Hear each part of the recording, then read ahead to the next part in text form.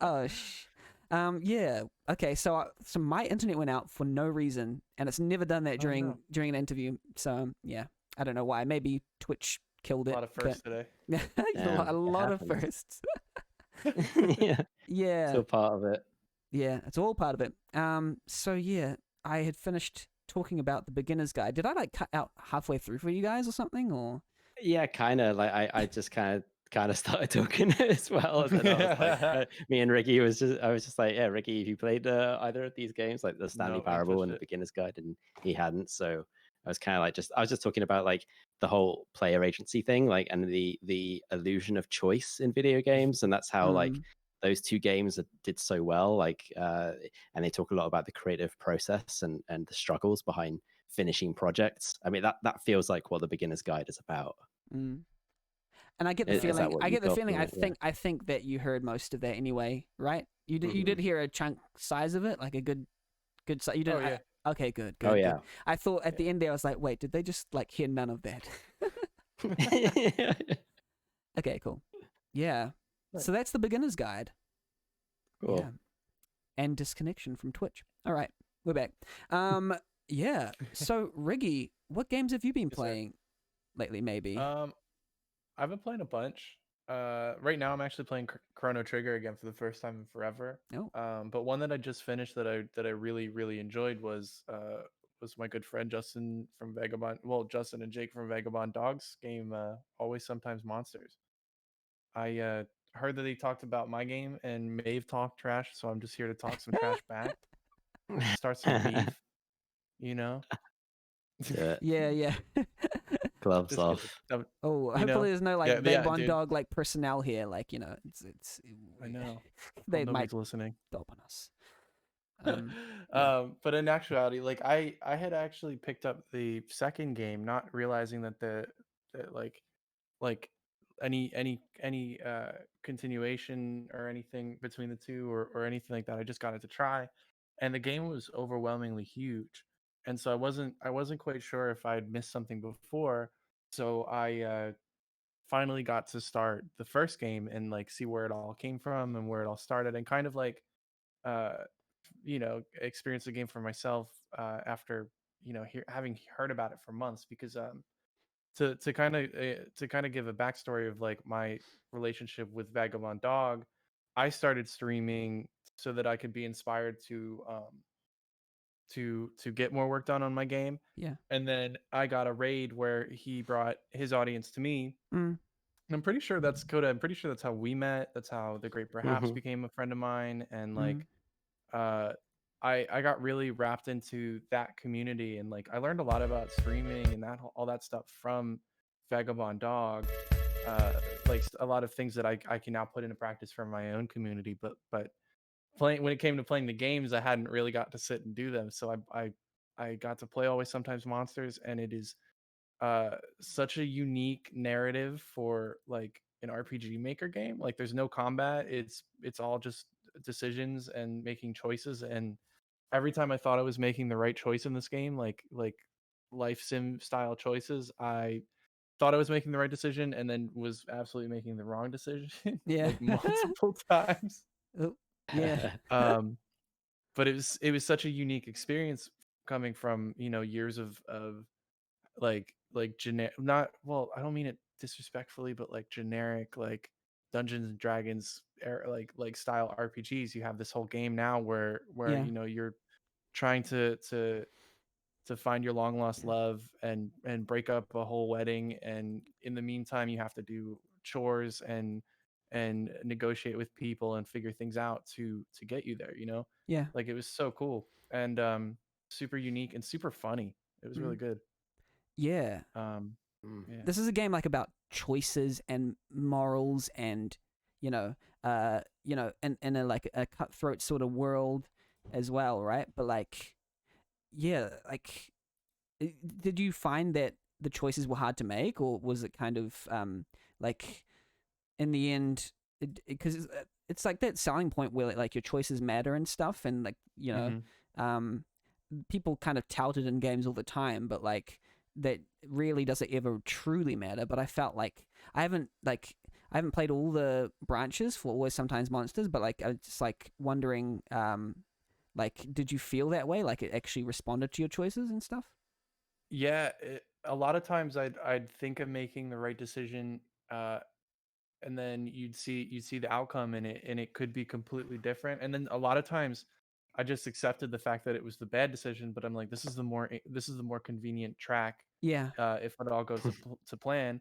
But then I've accidentally murdered somebody, or ruined an election or something, and like you get to do all these cool things, and it's so passive sometimes that like Mm, at one point you're kind of faced with your choices, and you're like reviewing the things that you've done, and once you know that is happening, uh or if even if you wonder if that's happening, it's so funny because there'd be like a room with just money laying around, and I'm like, oh my god, if I touch this, like, is somebody gonna come in and hurt me? Like, am I gonna get arrested? Like, you actually yeah. had a lot more stress added to these decisions because you realize that they really do have an impact. And I think they both did a really good job Mm. of bringing that concept to life in the RPG Maker medium, and just in as a game in general. They were just like, Yeah. it felt like it had true consequence, eh? Like it was like Yeah. there was a like, and I also kind of liked how it was not necessarily like right and wrong. It was like, do you want to hurt someone or have money? I mean, sorry, do you Yeah. want to Yeah. do you want to do you want to be good or have money? You know, there's no like in between. Yeah. Interesting. Yeah, that Mm. was I think, I mean, I'm still playing Always Sometimes Monsters. I'm probably halfway, but yeah, it feels like the game is constantly judging me and listening to me. And I love that rather than give me a straight game over or like take me down a deliberately terrible path, the narrative just alters. It's like I've just switched train tracks, and now I'm going on a different journey. Yeah. And Mm. the story just it continues regardless of how I did. Mm. Like I'm a total screw up in my playthrough. I've made no good decisions whatsoever. It's really But hard yeah, to not be. and I have to give a little shout out for that game in particular with the soundtrack. The soundtrack is Yeah. gorgeous, Mm. really good. Yeah. Yeah. Yeah. So, So, yeah, for those watching on Twitch, there is an upcoming episode with Justin Amakani, the creator of this game, one of the co-creators of this game, and also Will O'Neill, the creator of Actual Sunlight and Little Red Lie, and so on, writer of Superliminal. Their episode is bonkers. Like, it's just as crazy, it's just as amazing as you'd think their episode is. So, if you're on Twitch, look out for that one. And if you're listening, I think it would already be recorded, so you can go and listen to that after this. Don't change, just listen to this one and then that one. Don't like change halfway through. Do Yeah, it like later. Do it later. and do it later. Yeah, that's Always Sometimes Monsters. Yeah, this game is great. Mm-hmm. Yeah, Coda. When I said Coda, I just reminded of the beginner's guide. Codapill. Codapill. What so, games have you been playing? Maybe. maybe. Well, yeah, I guess a couple months ago. I mean, I don't normally play a ton of multiplayer games, but like with the pandemic and everything, I've been kind of like attracted to some getting involved in some big multiplayer games to kind of hang with some Mm-hmm. people and stuff. And like speaking of Justin, him and I and his wife and another friend of ours have been playing through Divinity 2, a huge campaign, sort of Dungeons and Dragons style game. Mm. And I don't normally play those kinds of games. It's like combat is like almost like strategy RPG style. Like, you have X number of moves within an area. If you're higher or if you're higher than your enemies, you're going to attack for more damage. If you're lower, you're going to do less. There's a lot of like figuring out what your next play would be. So there's plenty of strategy, and battles can last, almost an hour. Which actually happened last night.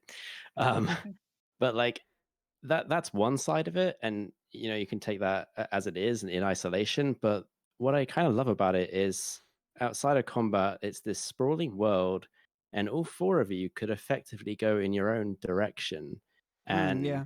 talk to NPCs and be like, hey, I just picked up this quest, and come back to the middle and trade, if you're trying to upgrade your equipment and stuff like that. Like it's a very it's very like elastic. You can all go off Mm. into different areas, but you're ultimately want to Cool. come back to the middle and continue on that main branch.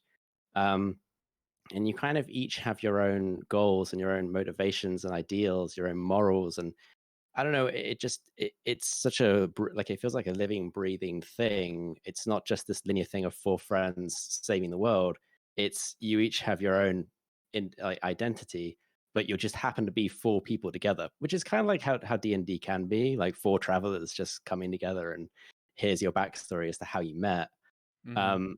And it's just like I don't know, I'm just like totally sucked into it. It's huge, it's overwhelming, but like, and the systems can be deep if you want them to be. Yeah. Uh, but like I picked it up fairly quick after a couple of sessions, and yeah, just a great game. Honestly, I don't know if either of you have tried it or anything similar. Oh yeah. Um, Yeah. but yeah, okay, Yeah, yeah, there's like D&D the game, like almost like well, there's a game yeah, coming out yeah. that's is like more closer to D&D than this, but like it felt the most like D&D condensed into a game for me, including if your friends are slow at combat, then your combat will be slow.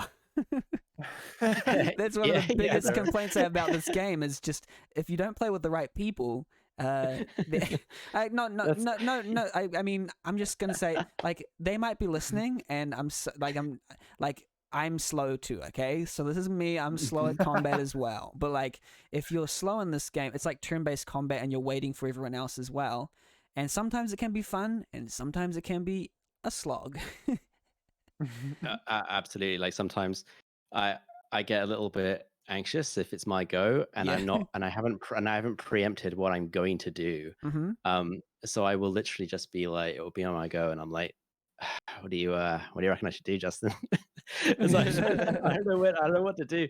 And he's kind of usually got a whole plan because they all three of them have been through the campaign before. This is my first time, Mm-hmm. and they've been really good about not spoiling anything. And but you're right, Benny. It is pretty much D&D the game. It's like when you speak to NPCs, if somebody's talking to someone, the three of you can listen in on that conversation Yeah. and Mhm. watch that player make their decisions. Or on occasion, maybe all four of you will be talking to one NPC, and you can all decide how you want to respond, and then decide as a group if you want to be somewhat like chaotic or good, neutral, whatever it might be. Mm. So yeah, I don't know. It's like D&D with graphics and glitz. Yeah, Nice. yeah, like yeah. There's so much you can do. Like that's the other part of D&D. You can like sneak up and steal, or you can like Hmm. yeah, you can steal. You know what's not yours, so you kind of steal. There's some like funny bugs that can happen, or like weirdnesses that you can like exploit. Like if you're just Yes. outside a battle, you can like use a bedroll and just like heal up, or it's Oh yeah. or like if you're like yeah, there's just like some weirdnesses, but it's funny to exploit those weirdnesses as well. So. It is, and to sort of tread carefully around and try to like gently avoid. Like you can come up with very creative ways too, and that's where the D&D aspect comes in. Yeah. Like That's cool. for a game has to have like limitations and boundaries, so it can only go so far. Mm-hmm. But this one does a really good job of like giving you the tools to consider like, oh, I wonder if I can do this weird thing. Oh, I can, and suddenly Yeah. Mhm. you feel like you've gamed it some way, and that's a really powerful thing to have in a game. Mm. Yeah, it is. Mm. Nice. Yeah, that's Divinity 2. Anything else we Mhm. want to say about this game, or is that everything? Oh, that's everything. Okay, cool, excellent. Yeah. Nice. Okay, Nice. so those were nice. Those were the games we've been playing. Maybe, well, we have been playing them. That's the spoiler. But yeah, yeah. So those are the games, and now we must go to our next topic. Topic? Let me try that again. So those are the games, and now we must go to our next section, which is the topics we must discuss, because this is a podcast, and it's serious. Serious. Where's that serious track? There we go.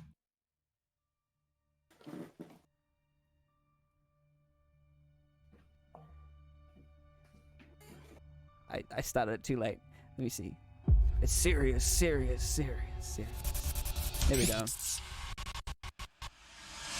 And that won't make sense if you can't hear it.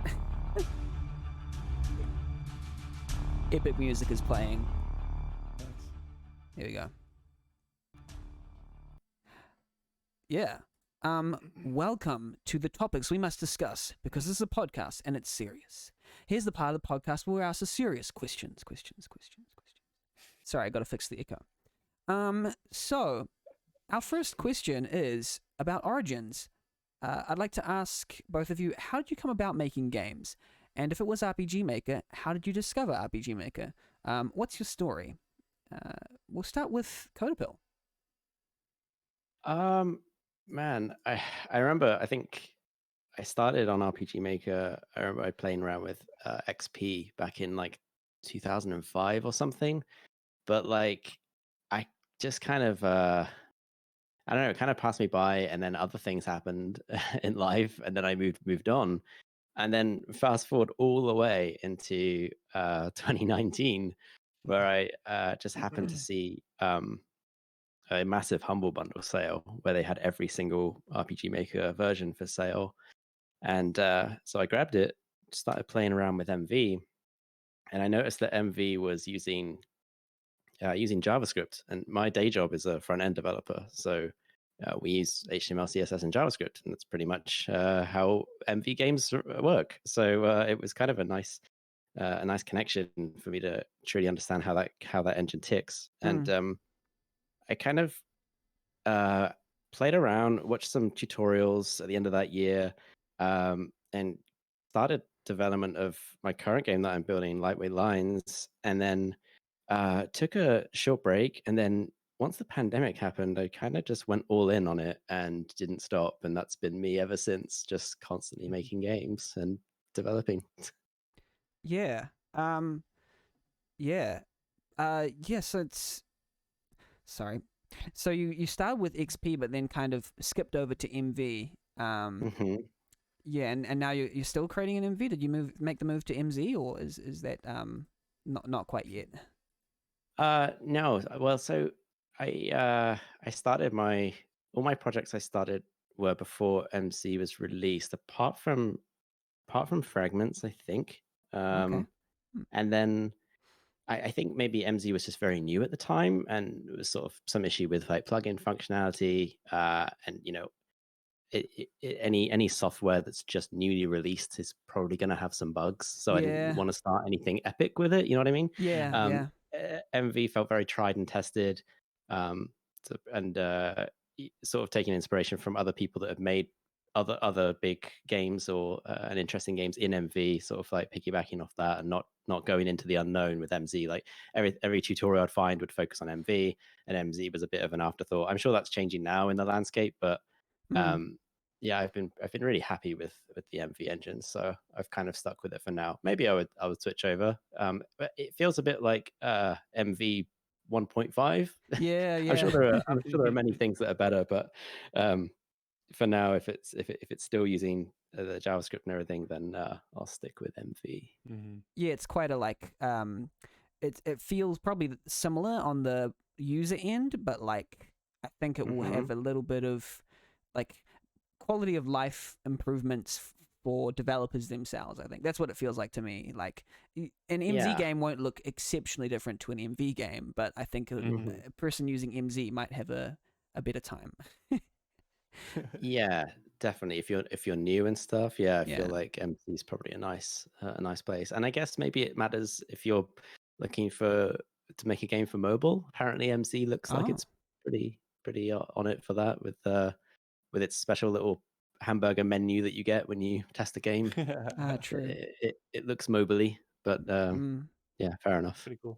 Yeah, nice. How about yourself, Riggy?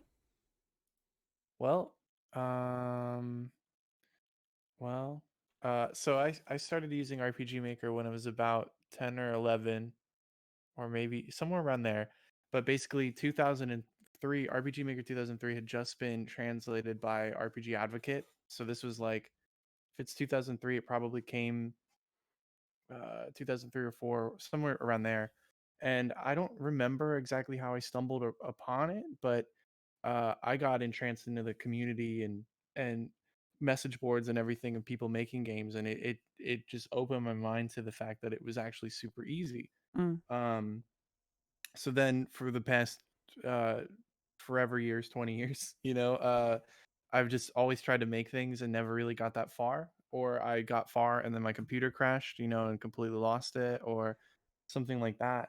And I'd done that pretty much all through my youth, and then it wasn't until um, they re-released RPG Maker 2003 legally for the first time. I guess it was 2015 or something, Yeah. if I recall correctly, that they Mm. that they released the 2003 version on Steam, where it was in English, and they had made all of these quality of life improvements, and pretty much like kept the engine fresh and current. And I got back into it really hard, and I started grabbing old games and just dissecting them and seeing how they worked and all these things that I didn't understand. And that was pretty much it. I Mm. I never really used anything past 2003 until uh very, very, very recently. Yeah. Yeah. I mean, you're still even using it now with Yeezy RPG, correct? Yes. Yep. Yeah. Yeah. Yeah. My goal is to kind of put everything I learned into the game I'm making now. But now it's like it's nice because with Twitch, I have a lot more accountability to my work and my projects. And like I said before, it was like I started streaming so that I could meet other people, but I didn't anticipate like How much there'd be uh, like hunting you down saying, when's Yeezy coming out? When's this coming out? yeah. And you're like, it'll come out, honestly, it'll be there, It's like you know? it's like, oh no, I Yeah, actually have to finish something now. Yeah, yeah. yeah, yeah. Your It, viewers are like little micromanaging bosses, Yeah, thank goodness. checking up on you, Just need someone to kick my ass. yeah. basically. Yeah. So that's how both of them came about making games. But how about like when it comes to like your favorite kinds of games? Like I'm imagining when you were young, or when you started playing games. What were the Hmm. kinds of games, or even other media like films and stuff, that inspired you to create stuff? Um, Cody, you wanna take this one first? Yeah, yeah. Yeah. Well, actually, I remember as a kid, I was really into Steve Jackson and Ian Livingston Choose Your Own Adventure books. Mm. Ah. I was obsessed with them. I would take them out from the library all the time, and you could only take a maximum of 8 books from the library, and I would just take 8 and then return 8 and get another 8 because there was like 100 in the series. And Wow. I was really really addicted to these like fantasy books where I would be able to dictate, or I felt like I could dictate and Mhm. move a story the way I wanted it to. And then Hmm. you could write out on a separate piece of paper like a character sheet almost, with like hit points and armor and Mhm. weapons and stuff like that. It was kind of like an RPG in a book. Like I didn't have any consoles or anything. Yeah. Um, but I was like, man, this is so cool. And then one of them, most of them were very like epic fantasy based, but the the one that really stuck out to me was called Starship Traveler, and it was the only sci-fi one they had. And Mm. I loved the idea of this, like there's you as the captain and a crew, and you're exploring the galaxy, and who knows what's going to happen. And do you want to explore this planet, or do you want to help these people in distress? Like, can you trust them? It was just like magical to me, like this kind of space opera style. Yeah. Mhm. So that leads on to the fact that I really liked like Star Trek and stuff growing up. And then later on with video games, like Mass Effect 2 is one of my favorite games of all time, for all of its branching narratives, but like how huge that world feels and the rules that it sets and the world building in general. I just adored it. And that's honestly what it heavily influences what I make now with Recruit One and Lightweight Lines. It's very much Mhm. this like sci-fi aspect to it. And then I guess the biggest influence at the moment for me, because I always played JRPGs growing up mainly, Yeah. um, but Can't relate. more recently, I never used to play horror, but like more recently, I've been delving into some of the horror genre. And a Ah. couple years ago, I played Dead Space, and that also has become one of my favorite games of all time, and it's a heavy influencer on Lightweight Lines. Hmm.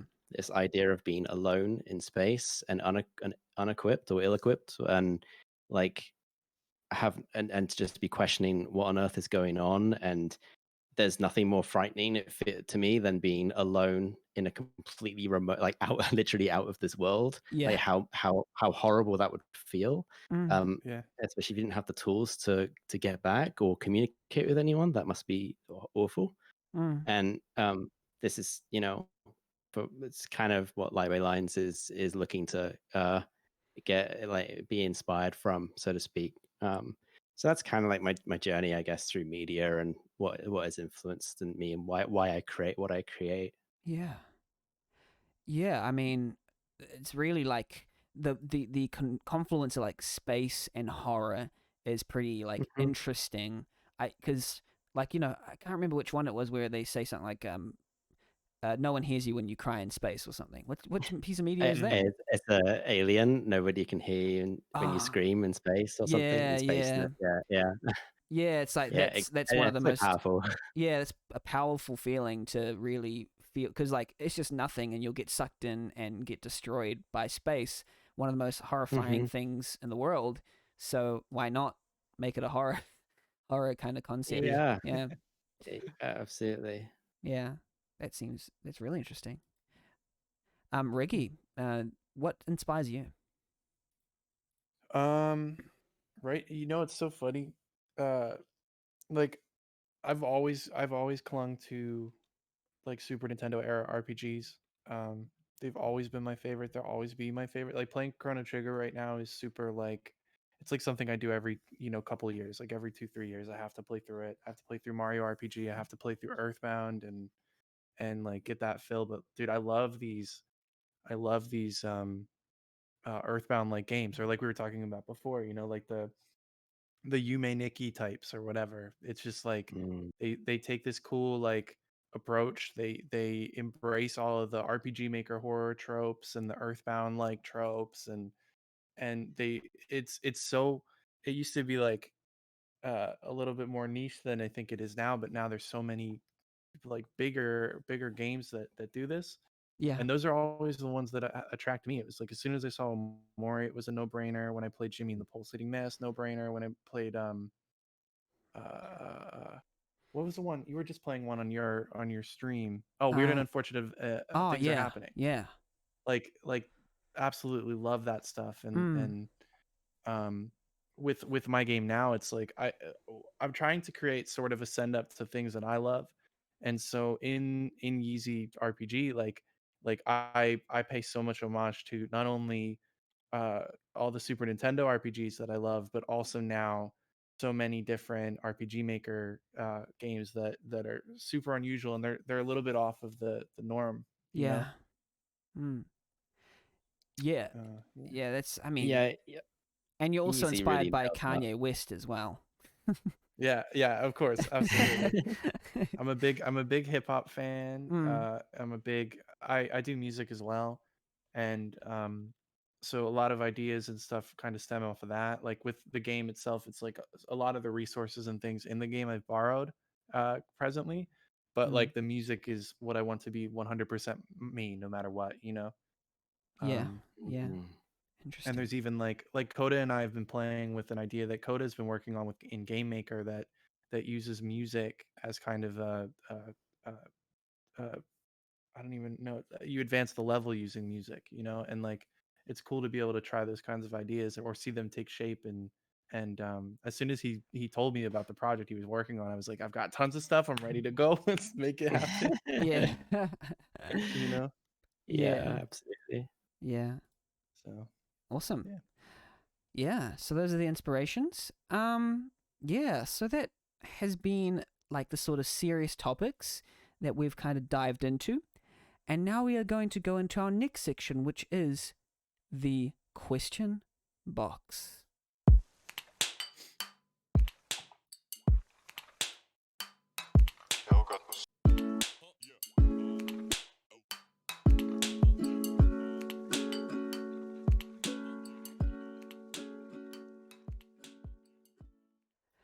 So yeah, we are broadcasting this live, but I do want to still give the opportunity to our guests. This is usually the time.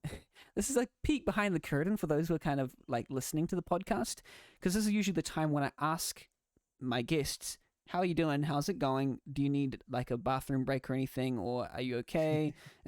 This is the point. Like this is the thing. So, does anyone need to get water, or are they feeling okay? Yeah. Well, I'm good. Yeah. Yeah, I'm good. I'm Mhm. okay. Cool. Yeah. Awesome.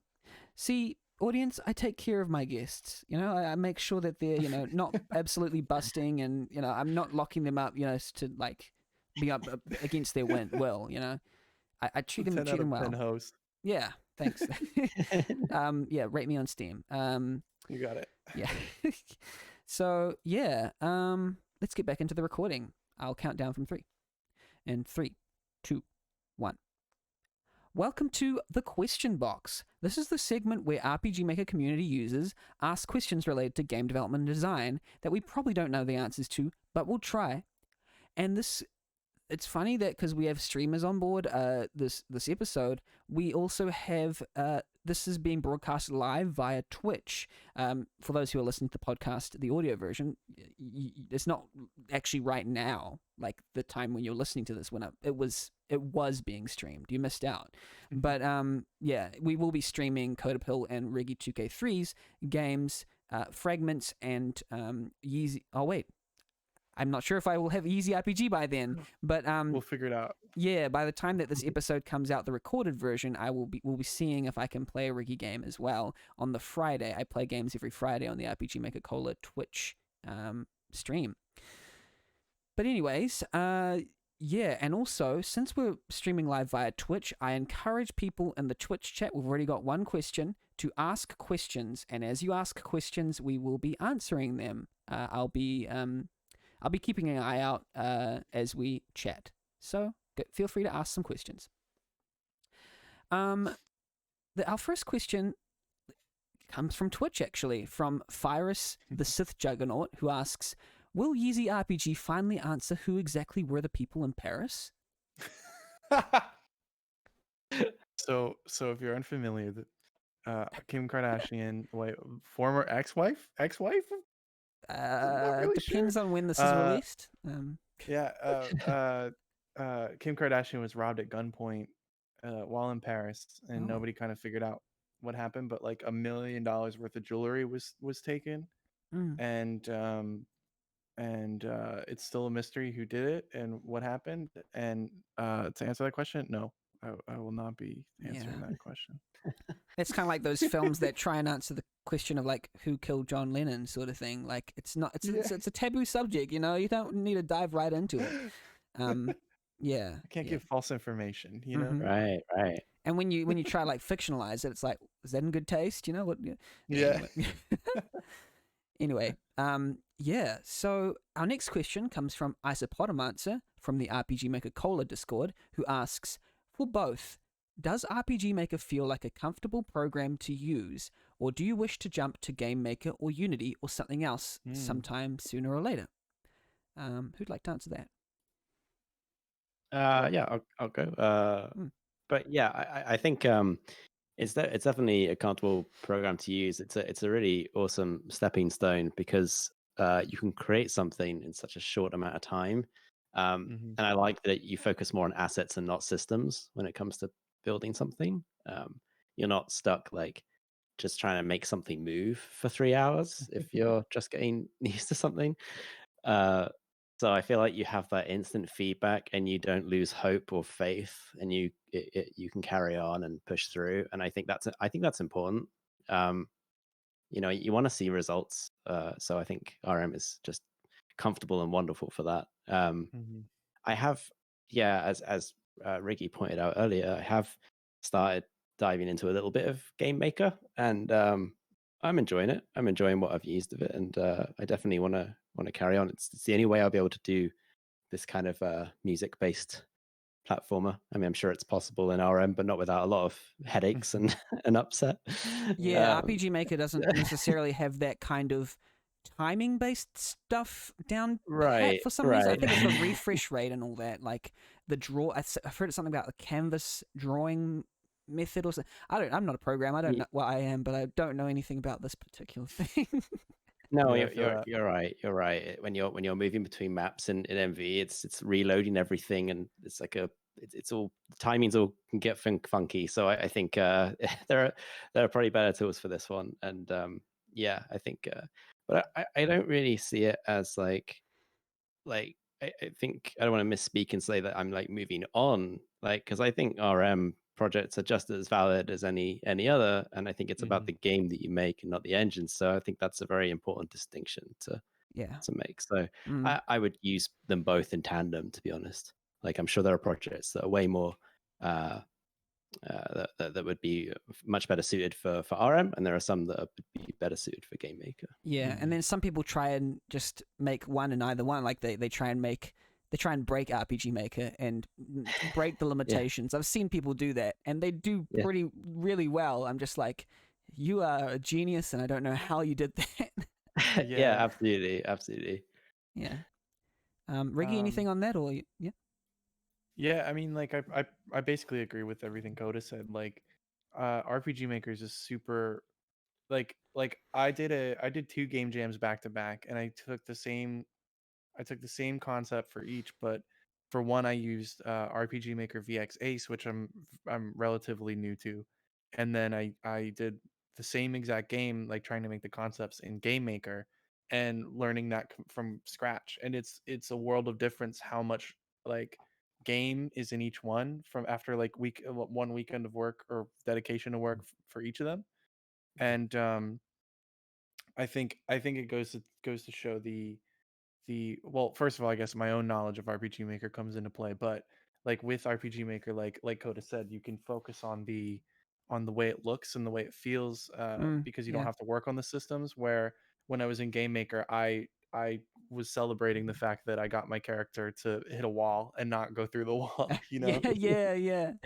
The Exactly. that scale was of such a achievement moment. is different. Like, Yeah, yeah, but I don't really see myself doing like the way that I know RPG Maker was years and years and years of hobbyism. yeah, Whereas like trying to teach myself Game Maker, I don't know if I can find the time to really dedicate to reach a level that I'd put something out. But I yeah, definitely like admire the challenge and everything. Just probably, not in my cards right now. yeah. Yeah. Flexiboot asks from Twitch, have you seen any unusual projects or formats used within RPG Maker, like outside the cliche JRPG or narrative-driven stuff? I assume. Oh. Um. Yes, for me. Yeah. Yeah. Ah, What have you seen? yeah. Unusual. There was like a full-on like side. There's like side scrollers made in like jumping Oh side yeah. scrollers made in RPG Mm, Maker somehow. I don't know how they do it. And then there's also like shoot 'em ups and stuff. Yeah. I've seen a couple, God. not a lot, but like I've seen some. With RPG Maker 2003, I used to always see people do that, but the side scrollers never really worked that well. Yeah. One thing I did really like, this is a narrative, but it was an action like RPG like shooter horror game, and it was Pokemon focused. It was called Pokemon Nightmare Invasion, I think. Mm-hmm. And that one was so cool because it put this like cool, well, the atmosphere and everything was so unique and cool, but it was just like such an unusual approach to like RPG Maker horror for me. Um, but then back in the day, then I mean, people were trying to push the engine in so many ways that like I'd watched somebody had made like a pretty janky version of Tetris in it. There was a I think it was called Monopolo, was this like Yeah. crazy Monopoly remake in RPG Maker, either 2000 or Oh, 2003, It's and wow. funny like if you know anything about Monopolo and like Gaming W. It's almost like it was like a mhm. meme of the 2000s. Like everyone was like dunking on it for some reason. Back when it was released, I think a lot of people dunked on it because they're like, "Why would you just make Monopoly an RPG Maker? That's the most stupidest Yeah. thing I've ever heard." And then they really like dunked on his name's Edit now, but I think they used to be called Silver Donuts. But he also used to have a really like really exaggerated personality, which kind of like attracted a lot of hate. Anyway, that's the funny thing about Monopolo. Like those, I think it's those sort of personalities sometimes as well who are really extravagant and kind of just want to do something just because, like it's a little trolly. I don't know. I didn't. Yeah. It was quite funny. A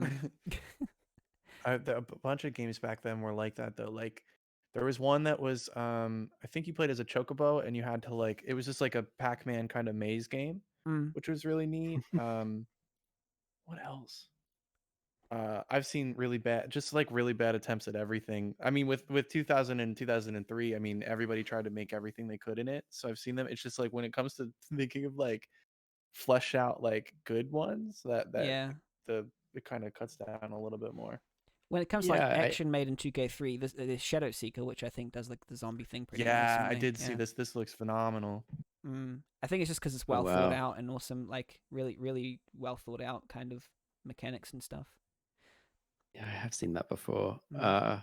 No, I think the only thing I remember, I mean, I have no name for it, but like sometimes when you browse RPG Maker on Twitch, you can catch like Japanese and like Chinese developers making really wild things. The last thing I caught, I know I brought up with you guys before, was like I can only describe it as Hotline Miami, like lots Yeah. of quick action and gore and lots of animation, floating damage numbers, health bars. Like really, it was really something to see. And on top of that, it was in RPG Maker 2000, Mm. and all I remember seeing, because I can't understand anything that's going on, but I just see at the top of the map, I want to say like 20 parallel events that all had lots of wild eventing, and it was all like, and I was like, oh man, this is so interesting. And I would be going on Google and I try to translate and talk to the guy just to get some idea, like, okay, do you have a game page or something, some way I can find more about what you're doing, because I'm fascinated. Yeah, And yeah. not to keep bringing up our boy our boys at Vagabond Dog, but Yeah. homie just did Nothing Without You. It was like a interactable like pet, like it was like a what are they called, like a pet Tamagotchi. simulator. Yeah, like a Tamagotchi, but he made it in RPG Maker for the band Cloud Nothings. Oh yeah, And yeah. it's fantastic. It's such a cool little thing. You can pick it up and play it for a couple minutes, and Yeah. that's such a cool concept too. And it was cool to watch. A heavy focus on like pictures and that sort of thing with it. And I think it Yeah. just took one nap. Really cool. Yeah, that counts. Like, there's two like major like music acts that I think have used RPG Maker that I've seen of like in their music videos. I think this is one of them. Cloud Nothing's Nothing Without You, and then there was also a small bit in like an 100 Gex remix that was like that used RPG Maker like in one of their little videos. Oh wow! I'm a big I fan didn't know of that. That's so RPG. cool. Interesting. Yeah. Yeah, there it is. Oh, that's cool. Really random. Oh yeah! Wow. Oh my god. Yeah, it's really surreal. Yeah, so there's Wow. lots of weird kind of uses of RPG Maker. But like, is it worth it? No, it is. It is.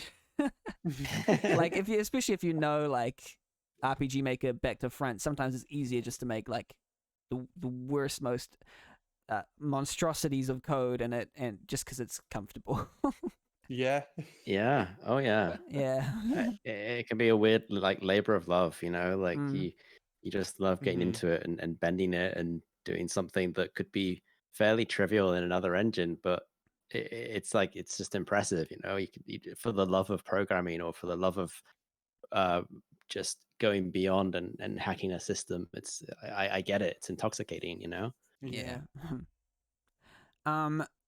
I support a answer from the RPG Maker Call Discord asks, for riggy2k3, how did you come up with such a plot?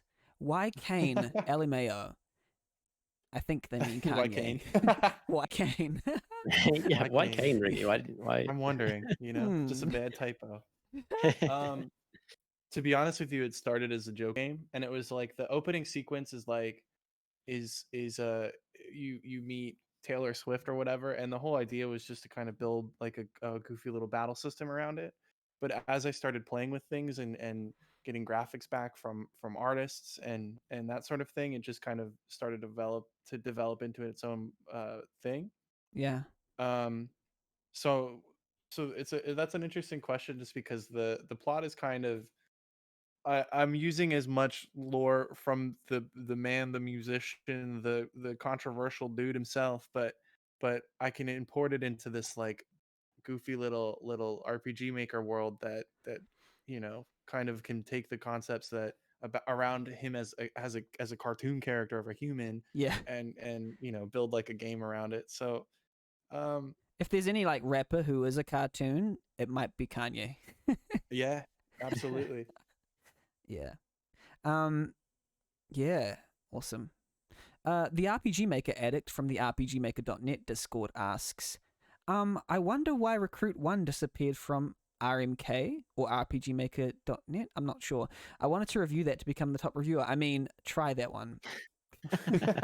For context, the RPG Maker addict has reviewed maybe like 200 to 300 games. I might be exaggerating, Wow. but it feels like that Oh, much on wow. RPGmaker.net. They are Wow. the number one reviewer on RPGmaker.net.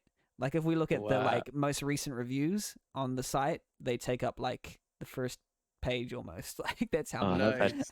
that's pretty cool. That's pretty cool. Yeah. That's an interesting one. Yeah. Well, a little bit of like context around Recruit One. It's actually quite a special game for me because it's very short and small, but it was the first first creative thing I'd ever actually built, finished, and put out there with my name on it and told people about it. It was the Mm. first time I'd ever really done that in my life. And so it was a very important stepping stone for me to do other things. And I kind of again, I'm going to shout out Vagabond Dog. Yeah. but like, but We have like, to fill our quota, you know. we just have to Yeah. because, for real, both Recruit One and Fragments are products of Vagabond Dog game jams. And Yeah. being able to just have that time pressure to really push something out and tell everyone about it and have it done has been really eye-opening and has helped my other project become even better. So I put it on rpgmaker.net and Steam and itch and stuff right at the beginning, and then I found out oh man, every time I update this game I have to update it in 3 places, and everyone was playing it on Steam. Yeah. It had nobody was playing it on itch, and I don't think anyone was really playing it on rm.net, which is it's fair enough. It's just I think I just only wanted to maintain it in one area until I was Mhm. like, all right, I'm done updating it. But Yeah. I actually the last time I updated it was like a week ago. So I still tweak little things. It just because I just can't help it. A little bit of a perfectionist with stuff, but Wow. the core game is still the same, but it's had a few little tweaks and little additions which have been nice. Yeah. But hey, maybe I'll put it up there now that it's pretty much ready. Yeah. I mean, I'm curious. I'm pretty curious. What were the numbers like? And say as like a ratio between Steam, RMN, and itch when you put it on all 3 platforms. So because it's a free game on Steam, it's really interesting. As soon as you put, I mean, I don't know the science behind Steam. It's wild. But just from my experience, it seems like if you were to even put a 1 cent price tag, you've immediately put a barrier in front of the customer Right. or the player, right? Yeah. Even if it's just the smallest price, it's something that's gonna enforce a decision for somebody. But Yeah. by putting it free and getting people to try my game and then potentially maybe wishlist future games, that's kind of what Recruit One became, was almost like an advert for me, I guess. And Mhm. numbers wise, it was like 2,000 to 3,000 people downloaded and played Oh. Recruit One. Hmm. And then on itch it was like 10, and I think on rm.net it was like 5. Really? Maybe.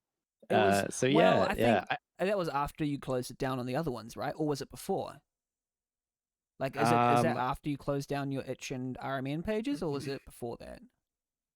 I kept the I kept the itch one open, but I think I'd already had a good like 900 to 1,000 people play it on Steam Yeah, whilst it was still on rm.net, yeah, and I felt bad. I didn't want people downloading it on rm.net and having like a buggier version or it missing things. Like I just got anxiety about that. Like, or even if it was something like the artwork was different, it just yeah, killed me. So I was like, you know what? Let's just remove that for now, and and focus on Steam. And the thing is, like, I wish I had more to do with the rm.net community and stuff. I don't go back far enough. I can tell it has a really dedicated base of people that kind of grew up with RPG Maker. Um, and I'd love to be part of that in some way. So I want to try and see if I can get my projects back up there again and see how it goes. We'll nice. think about it. We'll think about it. Yeah, We'll call you. No. yeah. Yeah, no, I'm really excited to like be part of the promotional scale for these games to really Yeah. promote these games, because I'm just like, I see games that I think deserve more attention, and then I'm like, okay, let's put them on the podcast because this is Mhm. we need more. Yeah. So Yeah. I mean, that's stark difference from like between Steam RMN and itch.io. Like that's a stark. Maybe it just blew up on Mhm. Steam or one reason or other, but I I think it's more like evidence to like have people put it on different platforms and see what happens, because you never know. It might Yeah. blow up on one platform and stay dormant on the other. And if you had only put it on RMN and itch, you would have got like 15 downloads. Like what?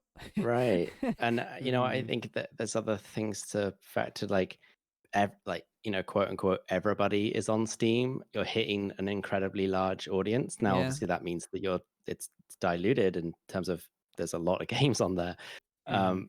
But I don't know, like everyone has the client. It's quick, it's easy. It's all about making it convenient for someone. If they have to download a raw file and unzip it somewhere, I know it's nothing, but like you have to always think about these tiny steps. Yeah. Um, that's not to say, because I know people have had amazing like success of having Mm. loads of games on rm.net. It's Yeah. weirdly for this one, it's been all about Steam.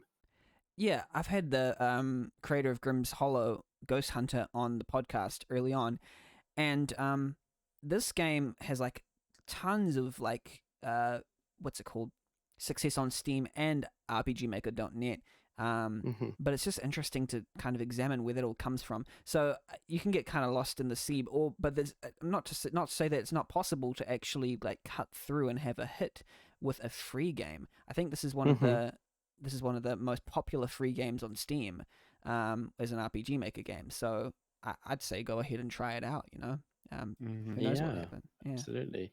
And I think I didn't know enough about rm.net when I first put the game up. Like I felt a little bit like, oh, I'm putting this game up here, but is everybody here like really like hardcore just into JRPGs? Like it yeah, just, because Right.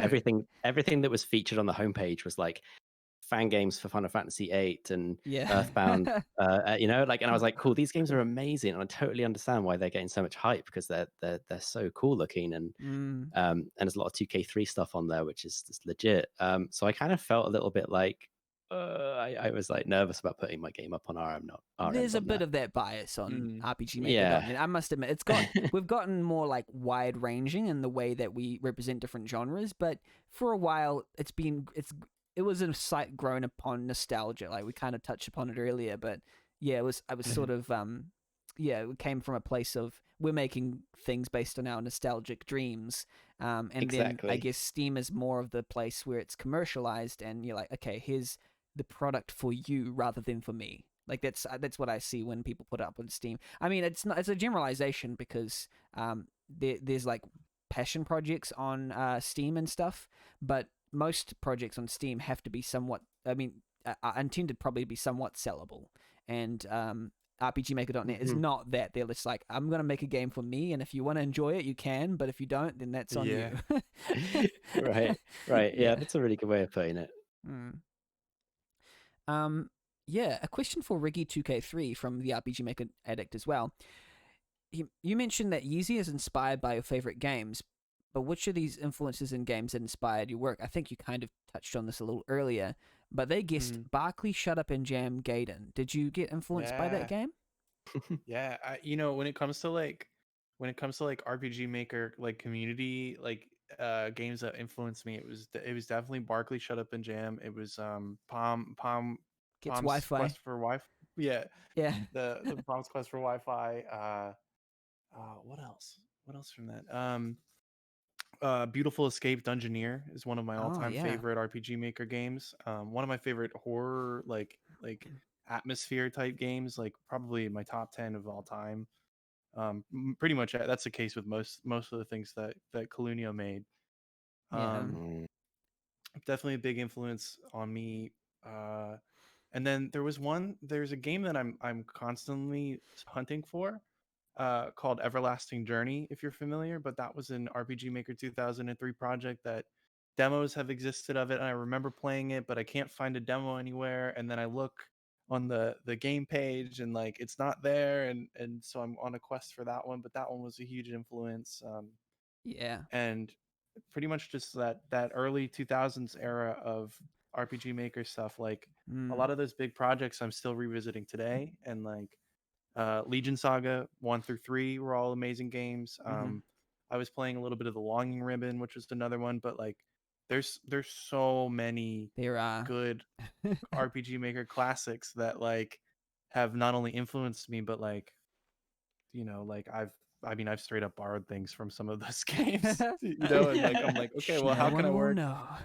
How can I Outside. take this graphic that they took from, Tales of Fantasia and just turn Mm. it around a little bit, make it look like mine, but it's also kind of theirs because they did the editing. But like we'll figure out that bridge when we get there. Yeah. So the influences are a lot. Wide and varied. Yes. Yeah. Yeah, the creator of Everlasting Journey is well, depending on whether you listen to, if you're listening to the recorded version, it's already been released. There's an episode with Pepsi Otaku, Cherry, and Inaluki, ready to consume. So again, after this one, wait until this one's finished and then go and look at that one. But yeah, the creator of Everlasting Journey talks about Everlasting Journey on that podcast. Exciting. And how they're creating it in a different engine now. So yeah, it's really funny how a lot of these people who have created these like influential games have just gone, okay, now time to remake the whole thing in Unity. Yeah. Oh man. Yeah. Ah, So yeah, there's that. Jeez. Yeah. Yeah, and also what was that? What else was I gonna say? I was gonna say something else, but I forgot again. Oh yeah, and I was just gonna say that Colunio is someone I keep in like constant contact with. He Yep. is a good contender for like my favorite developer, RPG Maker developer. His stories are just out of this world, Yeah. and I am actually going to try and like edit a hour-long video essay on Therapist Mind Manager, their latest game. This is a Yeah. plug for that. mm, So it's nice. actually going to be hopefully released at the very end after one of these episodes. So yeah, It's awesome. That's cool. yeah, big hype. Nightly from the Feathered Dead Discord asks, for a sec I thought that was the Kanye West cult game. Wait, that's not a question. That's just that's a comment. We have to mention Kanye, it though. Kanye Quest 3030. Yeah, we I have think, to mention it. Kanye Quest 3030. You were aware of this when you were creating Yeezy RPG. Yeah, I didn't really think much of it in terms of competition or like confusion or anything until I put my trailer out and I started throwing it out there.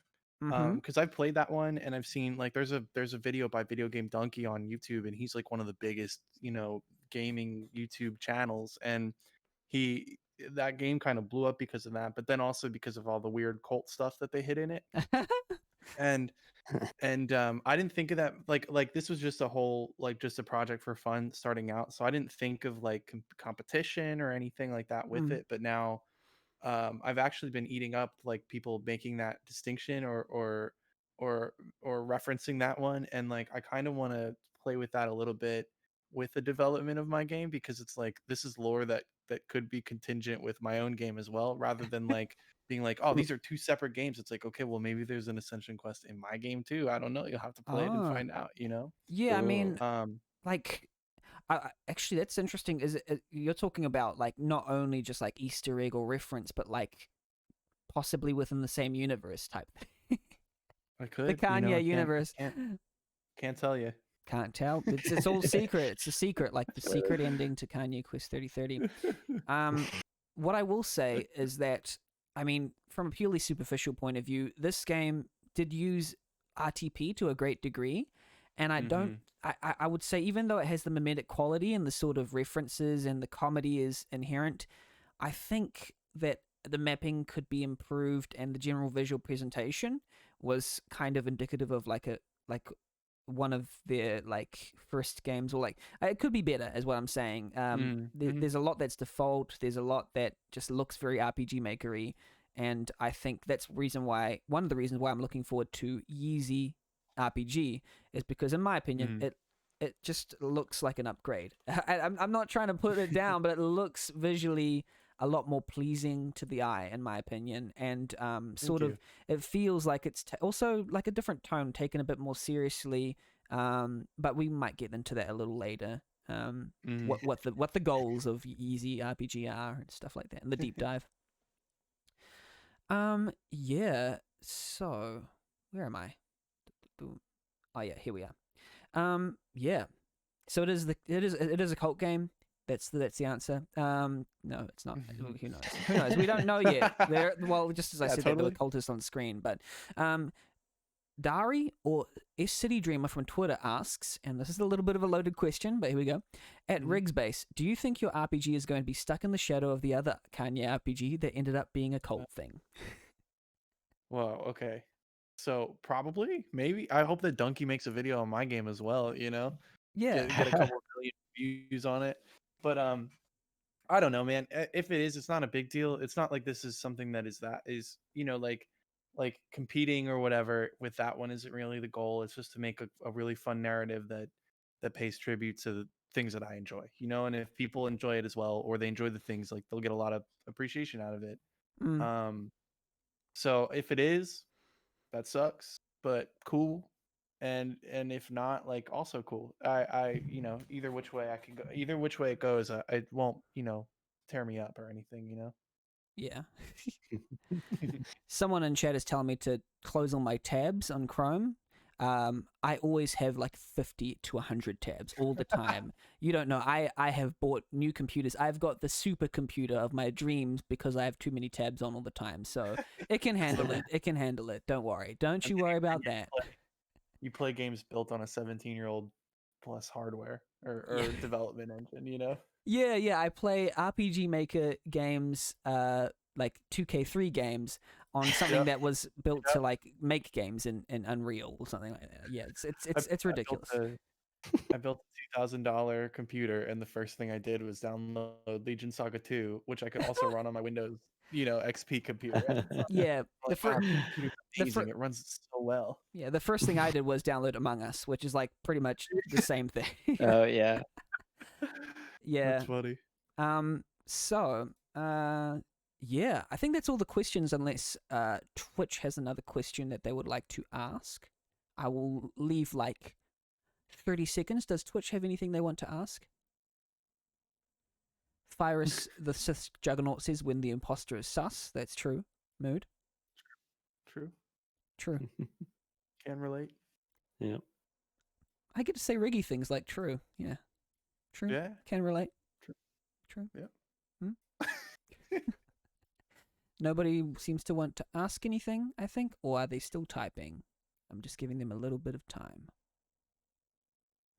Although they have had all this time to ask, I'm just giving them a little extra time. Just like, the teacher asking for homework at the end of class. Just being like, and now the homework's due, and then everyone starts the homework. Come on. True. Yeah, true. All right. Well, we might come back. If someone does ask a question, we can always come back and answer it later. Everyone okay? Guess it's okay. You anything you need to go do something, or you're fine? Yeah. Good. All right. Sweet. So those are So those are the questions in the question box. Thank you for asking community users, we appreciate you greatly most of the time. Now we're going to go into our next section, which is the deep dive.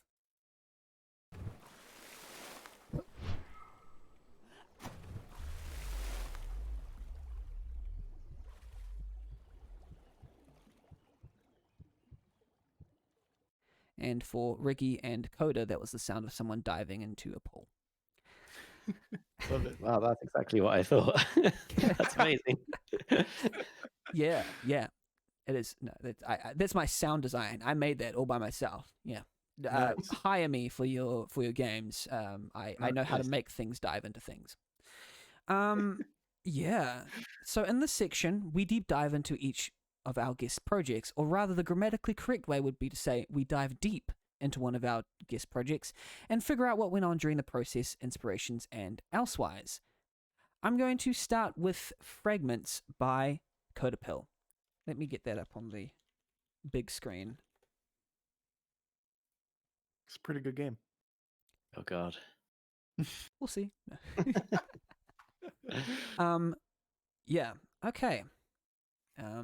I'll start. Sorry, from the beginning.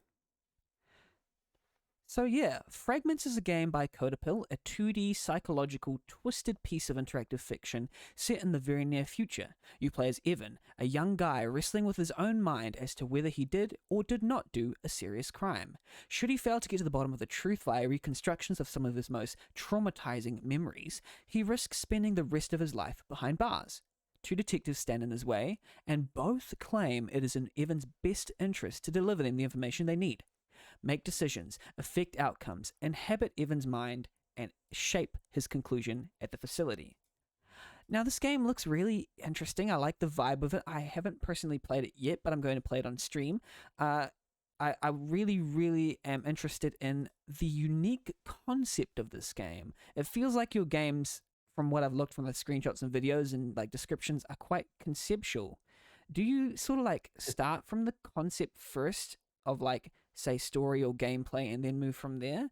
How did Fragments, like, I suppose, come to light? Yeah, it's a funny one. I remember we were doing. It helps when you're doing a game jam when there's a theme and you're sort of like you can put yourself in a box and try and think what you can create from that. And the theme for the jam that Fragments was built in was called A Year. Mm.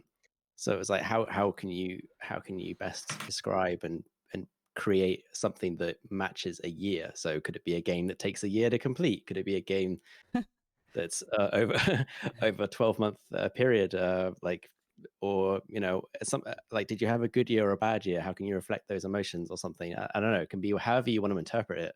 Yeah. And my first idea was I was going to have a game about a guy in a room in December of a year, and it's empty, and you would basically the narrator would be kind of trying to determine what had happened in each month of that year. And so you would kind of go into a flashback to like January or February, make decisions, kind of interactive narrative style, walk around. And then based on those decisions, when you went back to the first room, something in the room had changed.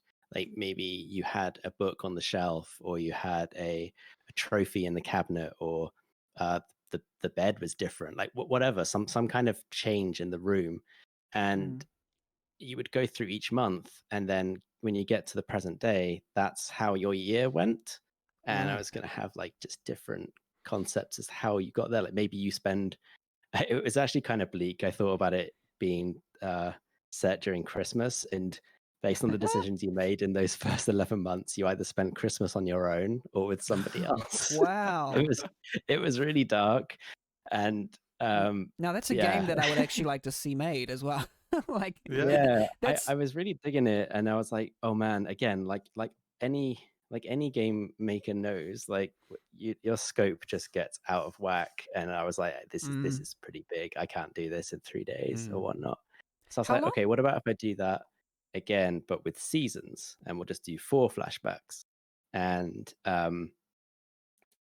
which is kind of what Fragments is. It's like it's spread over a year, but it just focuses on the 4 seasons and different things that have changed, or as the description pointed out, the traumatic events of his life, and that's just because when traumatizing things happen in our lives, like those unfortunately like stick in our minds and we can remember them pretty well.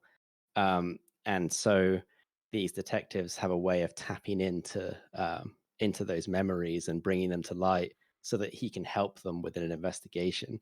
And so I kind of stuck with that. And it's the same thing where in that room, in that first room in Fragments, there is like a shelf at the back, and that changes every level. Now it doesn't. It's still pretty linear, but like the room there's gradually populating with things that remind him of how his year had gone and how he got to the situation that he's found himself stuck in. And so yeah, I kind of just, I don't know, I had this grand idea, and as usual, cut it in half and then half again, and then ran with that. And that was that's the way I find is easier to work. I think like find not the fun, it's because that's just a very narrative-y kind of thing, but like find the meat of it and then just stick to that as much as you can. And yeah, and I worked with another I worked with shout out to Empress Lua. She worked with me on like the first part of the narrative. We did the first like season, if you like, the first flashback, and that was the entrance for the jam. And then I took it away and was like, you know what, I would actually like to finish this. And so I kind of just built upon these extra sections. And rather than Evan being passive in each flashback, he's like passive in the first one, and then you have some player control in the second one, and the third one is like in pieces because it's so traumatic, and so on, right? So I was trying to introduce a different gaming mechanic or some kind of difference between each piece, so it didn't feel like you were always playing the same thing. One might say fragments. I tried not to use the word, but yes. I was waiting for it. What are we, some kind of Suicide Squad? Yeah. Oh no. Anyway, yeah, like, and I just want to get a sense of timeline. How long? So you're saying things like game jam, and like you went after that to create things. And I have a bit of ADHD, so I might have forgotten what you said. But how long did it take to make this game in general? I started it like right at the beginning of November, and then it was released end of January, and I pretty much worked on it solidly like almost every day.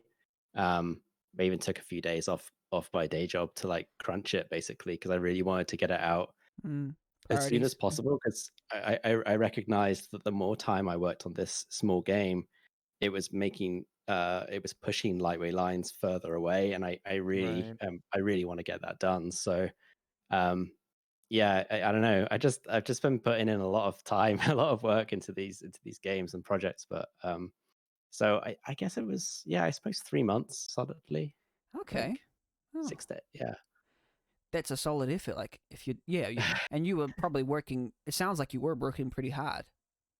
Yeah, I think, and there were things that crept up where I was like, oh man, I haven't thought about that, you know, and it all comes at the 11th hour, and all the marketing too. And I think I've learned something new from each project. Like Recruit One taught me a lot about just general like basic RPG Maker stuff, to be honest, because it's my first game.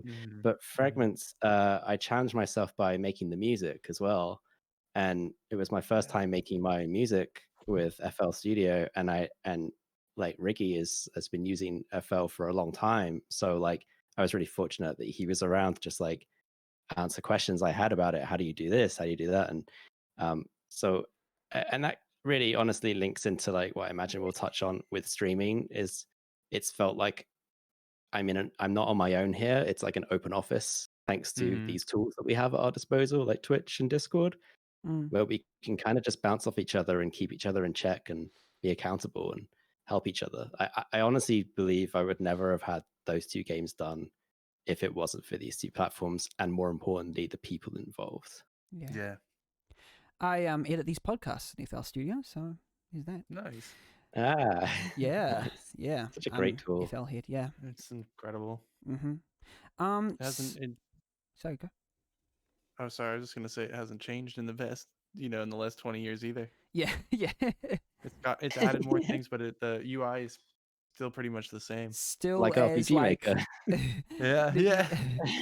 I'd If it say ain't the broken, FL fix it. Studio like UI is pretty newbie unfriendly. I mean, you can put together like a pattern for like a drum thing, but like beyond that, it can be quite daunting, I guess. Mm-hmm.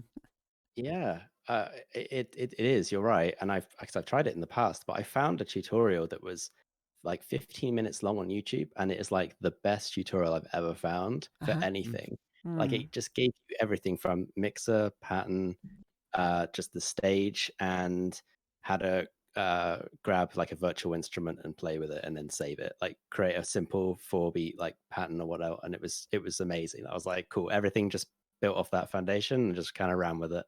Yeah. Yeah, that's awesome. Fragments, go play it now. I'm gonna stream it on Friday. Not this Friday. Sorry for those who are watching on Twitch. Okay, this Friday.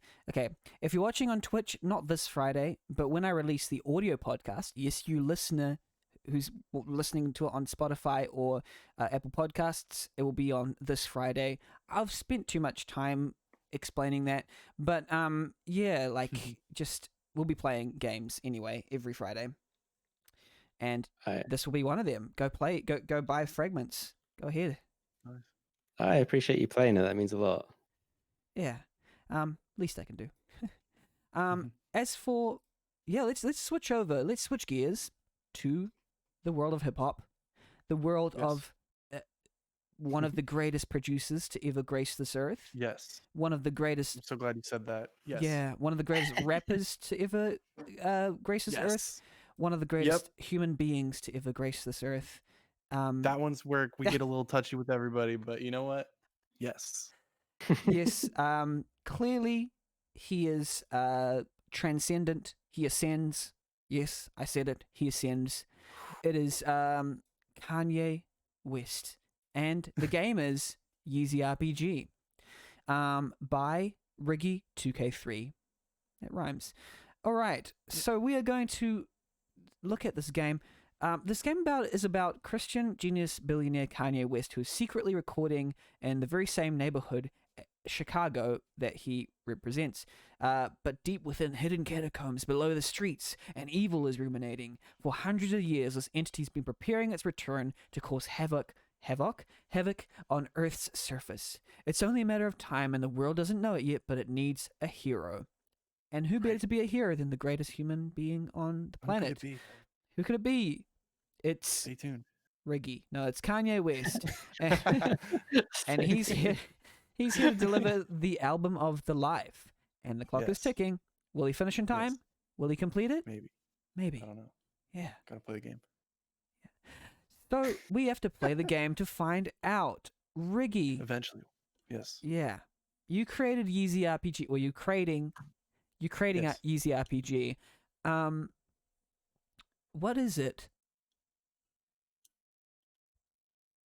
The game? Yeah, no, sorry. Yeah, okay. What is Kanye West? No, so what let's say, yeah, let me rephrase. So you're creating this game, Easy RPG. Like where did this idea for this game come from? Was it just simply because of your love for hip hop? And what was this kind of this passion project? You said it came sort of as a joke first, but then kind of progressed from there. And so what is your? I guess what I'm saying is, what is your aim, or what do you aim to do with this game? Yeah.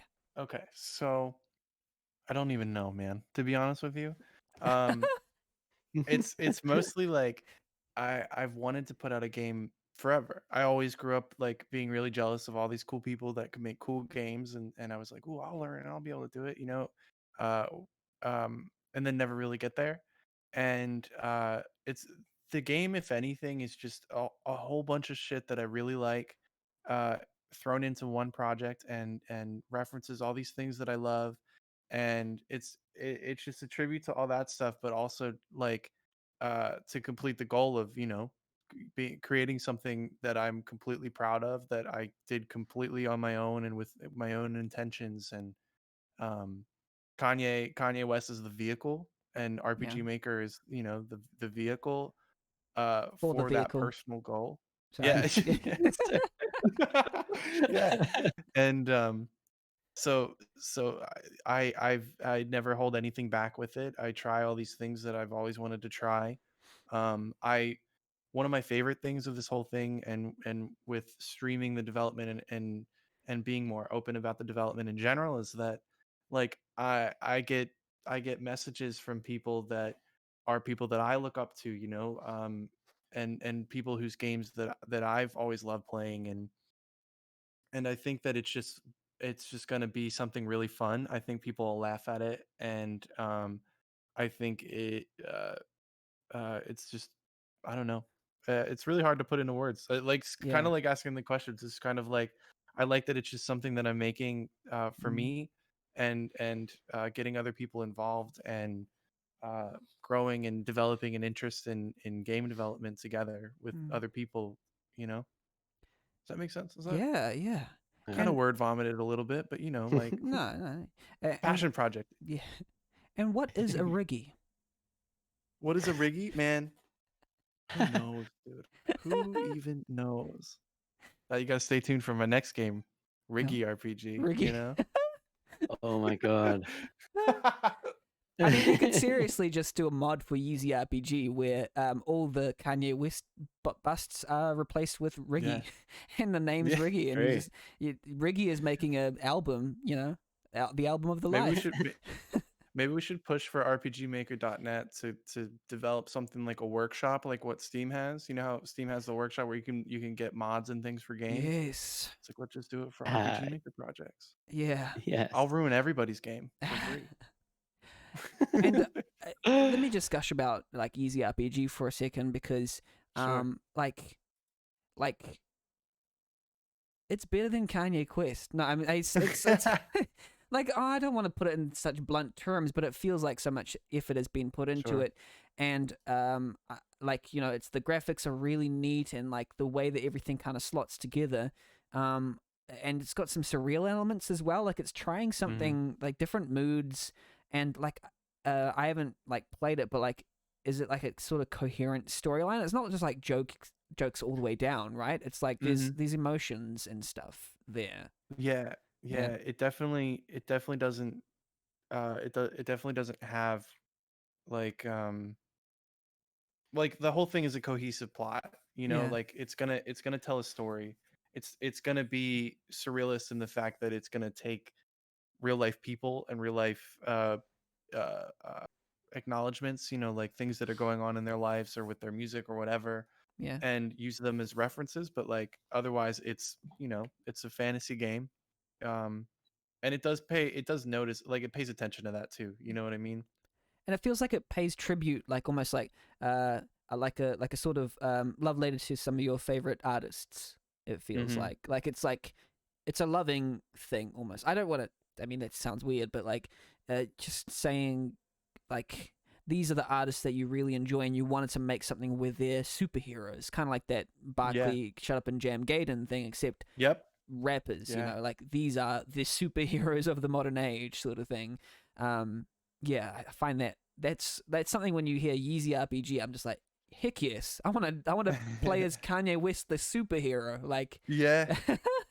Yeah, totally. yeah, And you know, like we talked about before, you know, he's the dude says all these gnarly things, yeah, uh you know, and does gnarly things all the time, and it's fun to just like step back from that as like him being a person, like a person of interest, or like a celebrity or whatever, yeah, and just like contextualize it completely differently, and find a different like a different approach of the like humor, you know, a different approach for humor, you know. yeah. Mm. Mm.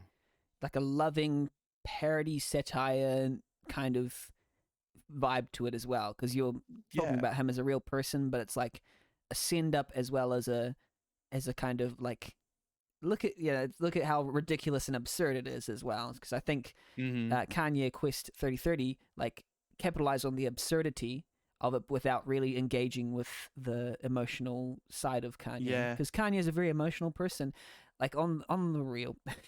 Like Yeah. he's got a lot of emotions like bubbling up inside of him all the time. You can just tell. So yeah, ripe material for making a RPG, a JRPG. Oh Who yeah, would have thought, huh? the Yeah. guy just generates a well of content as well for you to dig Yeah, out yeah. of. Like the very fact that while you're developing this game, more plot points are being revealed that you're like, Yeah. okay, crap, I guess I have to kind of add that now.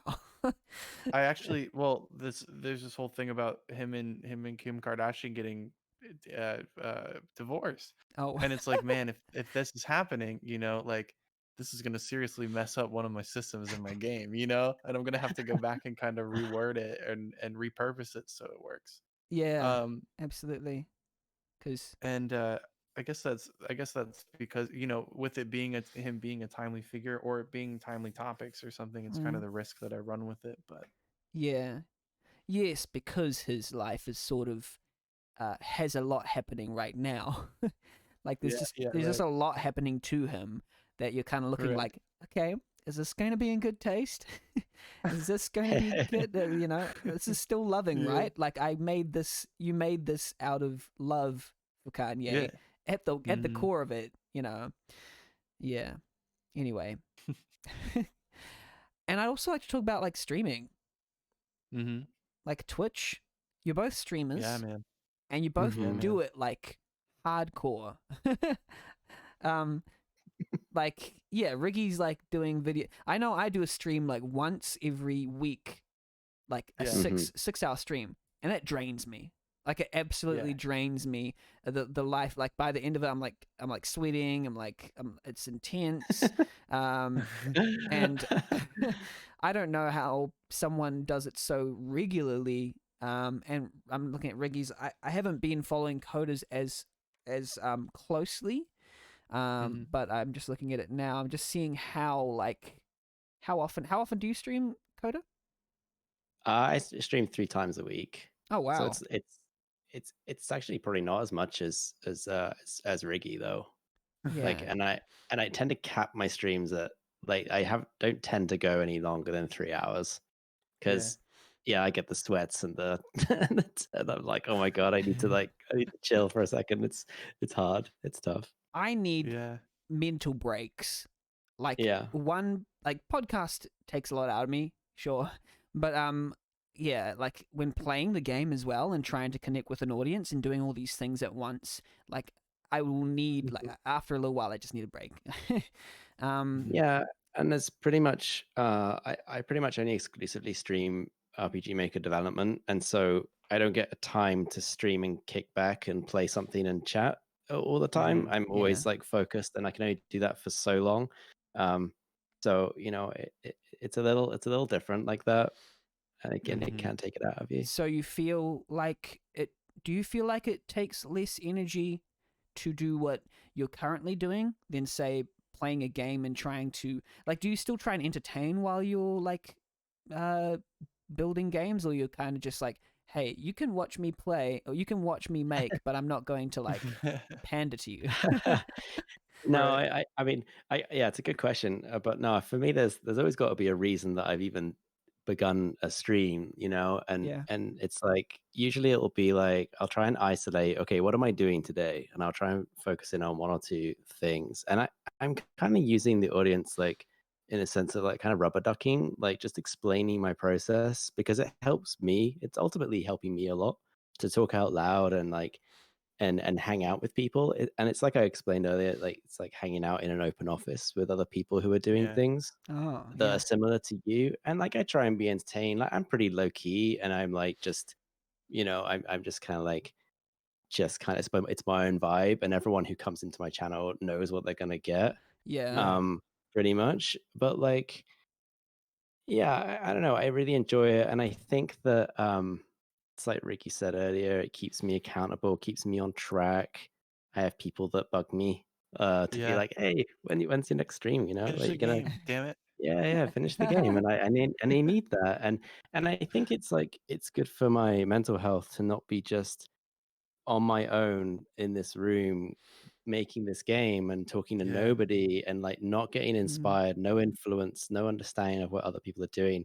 And and I kind of double down on that with RPG Maker in that like it is a very niche category on Twitch, Yeah. and it's hard to find other people making RM games. Mm. And my what I'm trying to do on Twitch, my goal, the reason I'm on there is I'm trying to pull together everybody that develops using the engine and create connections there and get people talking about their games and Yeah. promote their games and lift them Yeah. up, because I care a lot about the engine and the community around it, and I want that to be my contribution. Mm.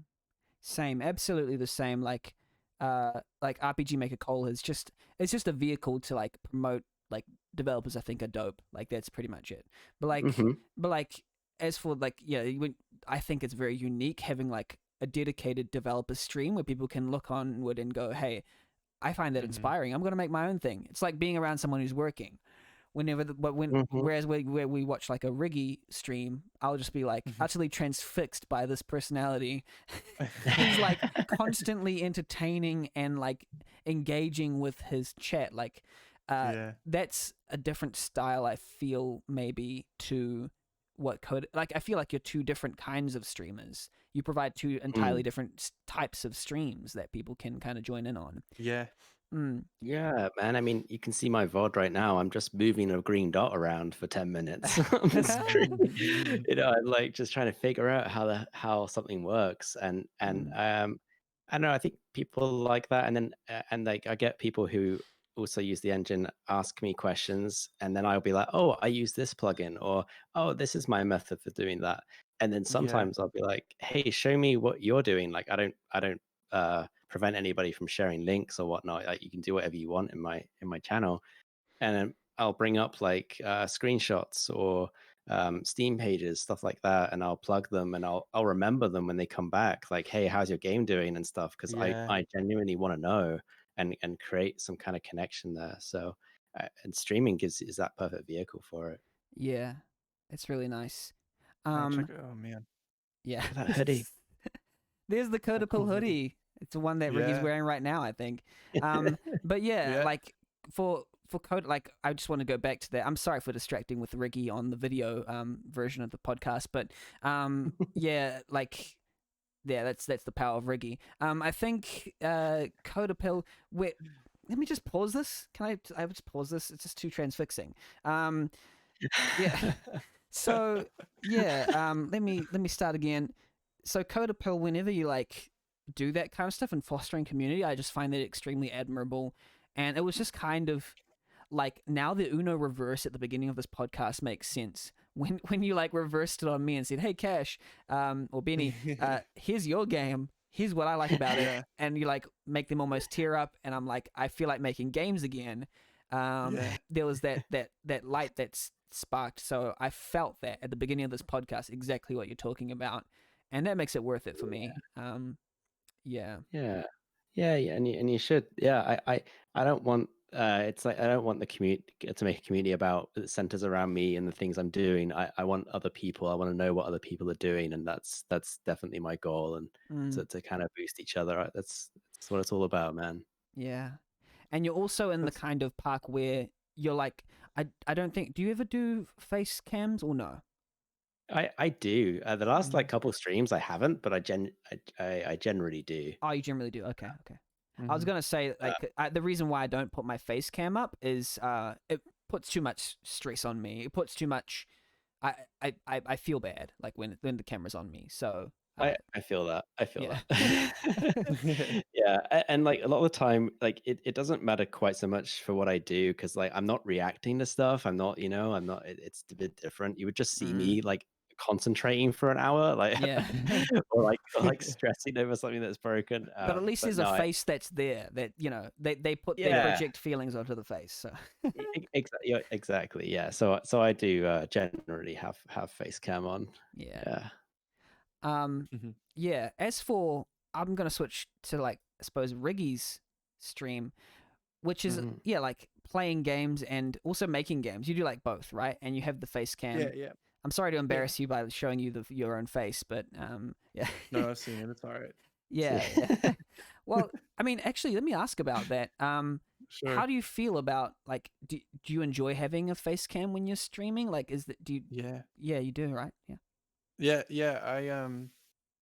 I do, man. Like I like the to be like a personality, you know, and Yeah. like I think that's one of the fun things about streaming. You get to be a little vain, and you can like hang out if you really want to. You don't have to, because some people just go on and just play a game or whatever. But like I genuinely enjoy the act of like setting up the camera and the Mm. light and everything, and an atmosphere, and like because a lot of the people that I like watching, you know, it's like I always try to pick and pull things from streamers that I really like, you know, and try to rip them off Mm. a little bit about something or other. And um yeah, then you can, Yeah. and I also keep my room clean. My bed's always made. Yeah. Good Now point. let me think about like where the logic comes from. Do Uh-huh. you stream after your room is clean, or do you clean your room because you're streaming? Dude, I clean my room because I am streaming. I'm not even afraid to admit that. I'm like, oh, Good answer. better not look like a slob. Yeah. It's great. I like look at streamers online. I'm like, why does my room always look like a mess? And these guys always have, like these Yeah. wonderful rooms. Yeah, Yeah. but it's good. And as for like, I say like, there's a big community that's centered around Mm-hmm. not only Coda but DZ and other streamers as well. Mm-hmm. I just want to shout them out Yeah. because what sort of happens is you've got this community with yourself and DZ. Yep. Yeah, maybe just explain. I know a lot of the viewers who are currently on the Twitch stream kind of Yeah. might know about this, but yeah, explain what the DZ and Riggy like community is. Oh man, it's gonna look like a mess today because a friend of ours, Mandy Ann, was building a Twitch bot that does what DZ Stream does. DZ PG1 is my best friend in the world, dude, and also a streamer and incredibly funny. And him and I started streaming together because I pressured him. I was like, dude, I watched a couple streamers, you know, I'm figuring it all out, and like, I think he's funnier. I think, you know, I think he can hold his own with it, whatever. And so we kind of learned how to. We came up kind of learning how to do it together. The Discord started because I knew more about it, but not enough, and he didn't know anything about it. But like we both were kind of always hanging out in each other's streams anyway, so we were like, okay, Mm, we're best friends in real life, we're best friends streaming. Let's make a Discord like that. yeah, And it's been really cool, man. In the past couple weeks, you know, maybe a month and a half or so, like the community's really grown, and now I finally like I have this cool community that is my own, that are these people are becoming my best friends, if not you know, if not haven't been for a while now or whatever. And yeah, it's really cool to see that grow, and to facilitate for that for yourself after being a part of so many cool communities to begin with, you know. yeah.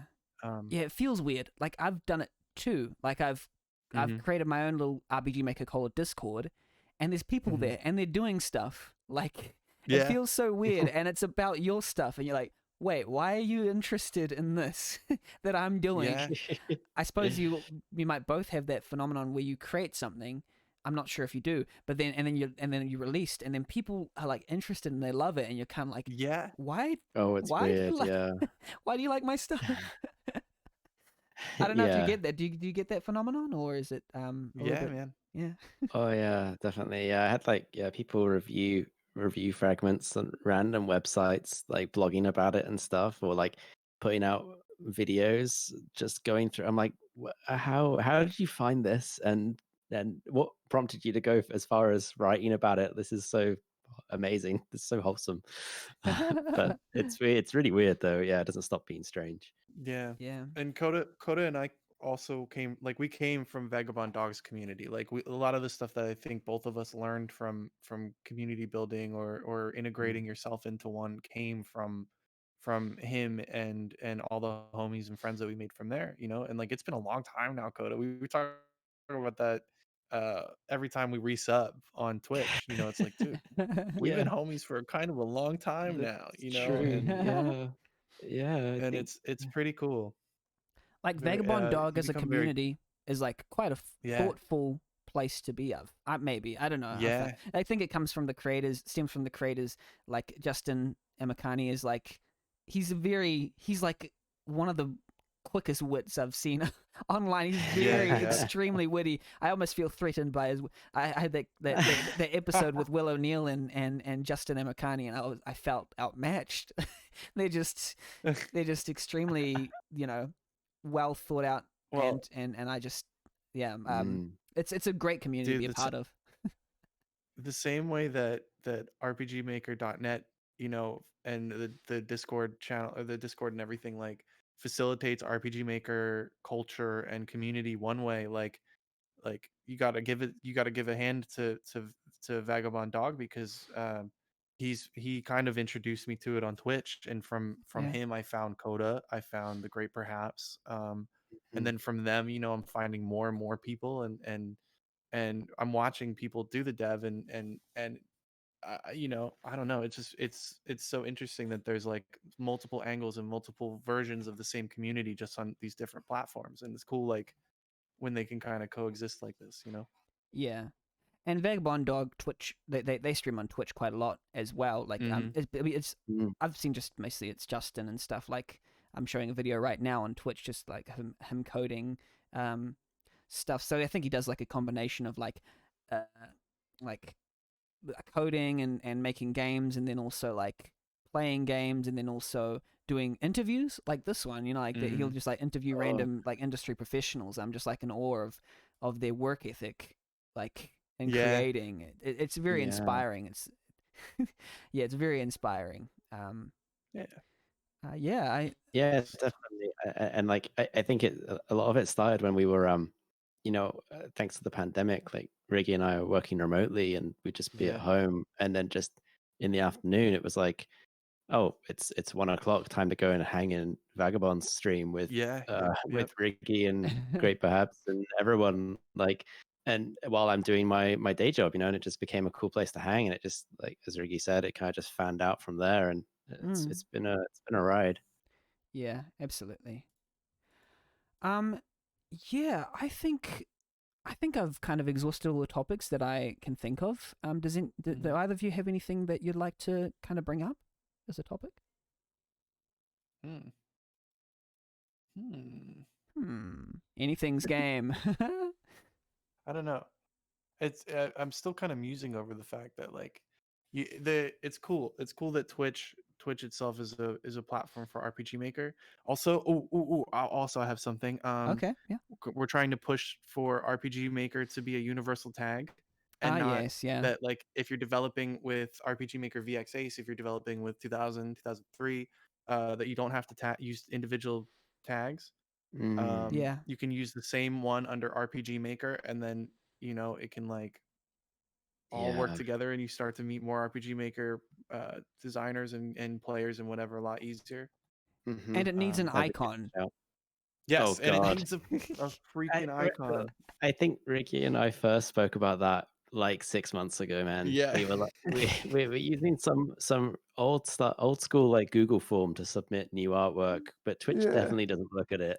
Mm. And that's why I created the Twitch suggestion, because I was like, right, well, I don't know what else to do, but we've got a bit of a community now. There's like lots of people I know, and I can probably push this and see if I can get it upvoted, and it has got some buzz, which has been nice. But any further buzz would be wildly appreciated to try and get everybody in one area. Yeah, because when I stream dev, if I'm looking for someone to bring the people who are watching me over to, I'll try and find someone else who's making stuff in RPG Maker, and I always just go straight to RM, and where I might miss people who are deciding to stream into MZ or something, and Yeah. that's a shame, because I will always go over to people who are like, they might have like 1 or 2 viewers or something and a couple of followers, and it's usually me and the Great Perhaps will go in there and we'll just introduce ourselves, like, hey, like, we do this too, and they're like, hey, who are you guys? Like, in this random category, like, yeah, we make RPG Maker games, and we want to know what you're doing. Hang out with us. Yeah. It's awesome. Yeah, and I've always now this is like an experimental thing. I'm not sure if I brought it. I think I brought it up with Coda and Riggy in chat, or maybe I didn't. Maybe I'm mixing them with someone else.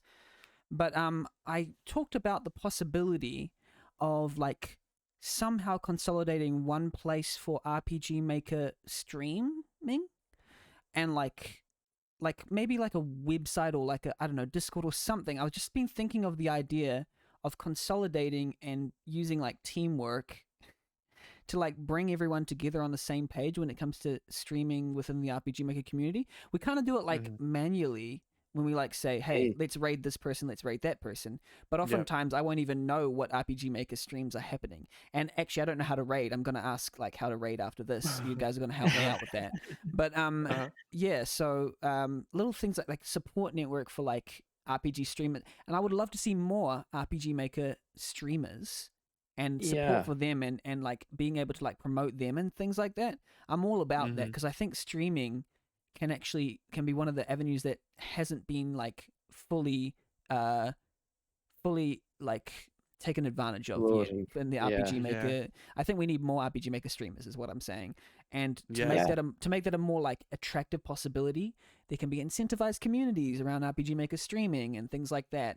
This is like a pretty high concept thing I want to kind of bring, but yeah. Well, it's funny you mentioned it because I've always thought about making a Discord, but I didn't want to make a Discord that was surrounding like just my game or two. It just felt very pigeonholed.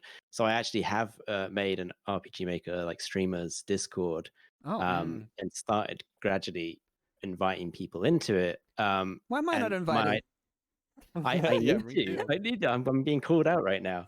I Invite me. I think I actually made it like a few days ago, and it was like me and the Great Perhaps kind of like just kind of manning it and figuring it out. And I think she might drop the link in. Go ahead, drop that link. Chat. Yeah, I'll put the link in the tweet post that I put out for this episode. Yeah. Yeah.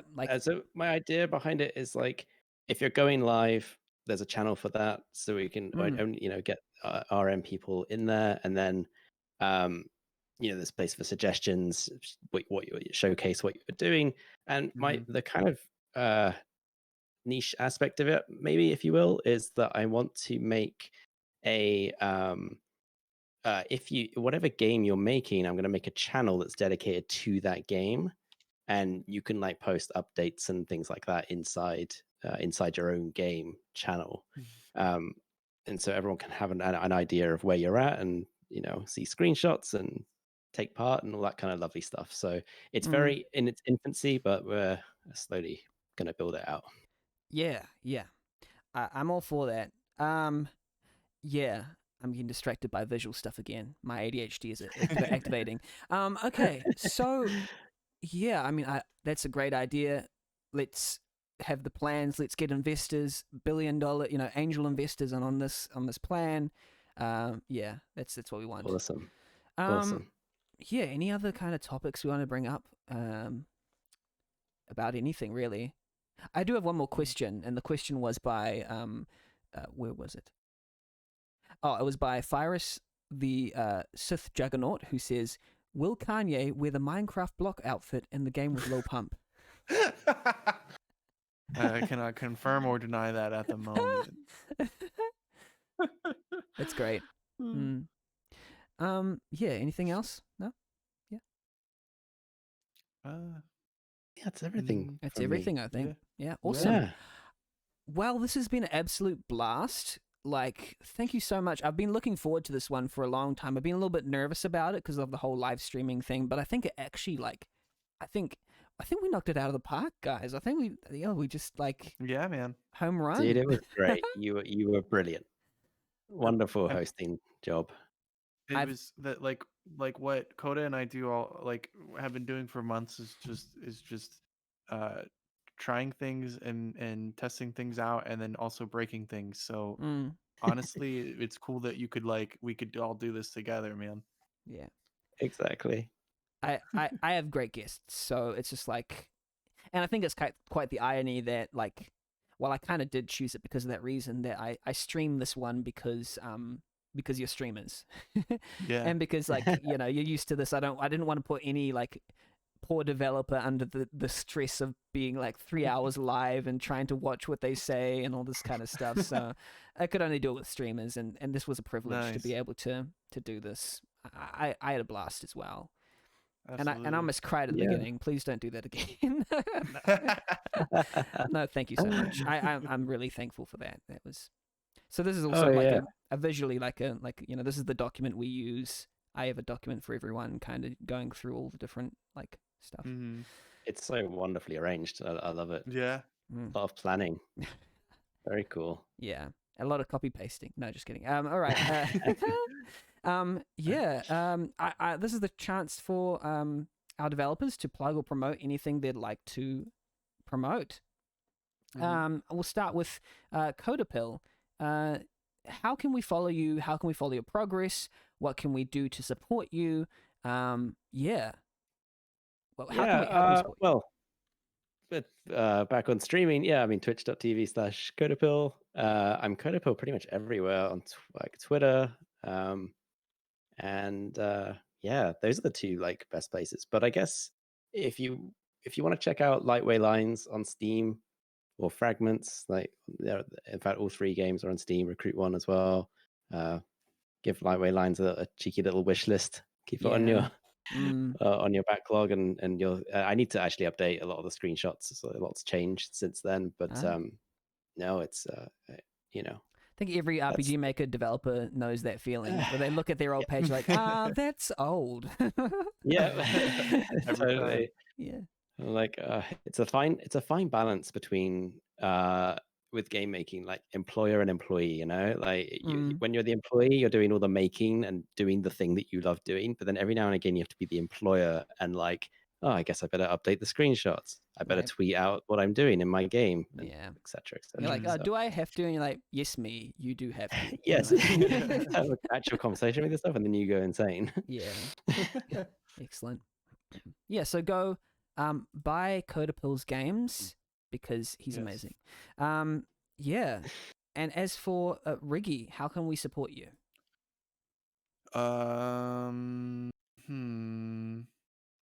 Well, you can follow me on Twitch.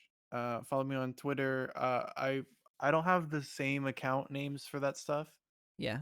So I'm Riggs Base on most social media, but I'm riggy2k3 on Twitch, and that is the most important one. I stream all the freaking time. I love to play RPGs and RPG Maker games. I just played Space Funeral. I'm playing Chrono Trigger right now. I got plans to play a bunch of other stuff. I just finished Amori. And yeah, that's where you find me. We have a cool Discord, and I have a YouTube channel also that if you don't catch a VOD, I've also got little wrap-up videos that I'm really proud of, and a bunch of other stuff. So I'm always pushing out content. Just follow me on Twitch and join the Discord, and you can see all that stuff for yourself. Yeah. Whenever I join... sorry, go. Oh yeah, no, I also just before I forgot, wanted to also shout out a lot of the stuff that's unique and like on a technical basis in my games is thanks to a friend I work with called Gimmer. And his itch site has some incredible RPG Maker MV plugins. It's gimmer.itch.io. How do you spell that? And GIMMER. Okay. And then .itch.io. Yeah, like he just is such a machine at like helping me achieve some of the ridiculous things I request to have in my games. He's like highly driven programmer, very, very knowledgeable. And we work really well together because I kind of make it look nice and he makes things work. So definitely I have to shout him out because he's done such awesome stuff and he shares all his plugins for free. So is he on Twitter? No, he's pure just itch. That's the thing. I've never heard of them. Yeah, I would love to kind of give this a little bit of a boost somehow, but I mainly work on Twitter, so that's like the easiest way for me. I'm like Twitter based. I'm like I simp for followers, but yeah, I mean, he's just done like just crazy things, like you know how you can only have images in your pictures folder. Yeah. He's and nothing else. He's made like so that you can have subfolders inside your pictures folder. Or how about reordering the maps in RPG Maker? You know how it's really hard to really rejumble those things.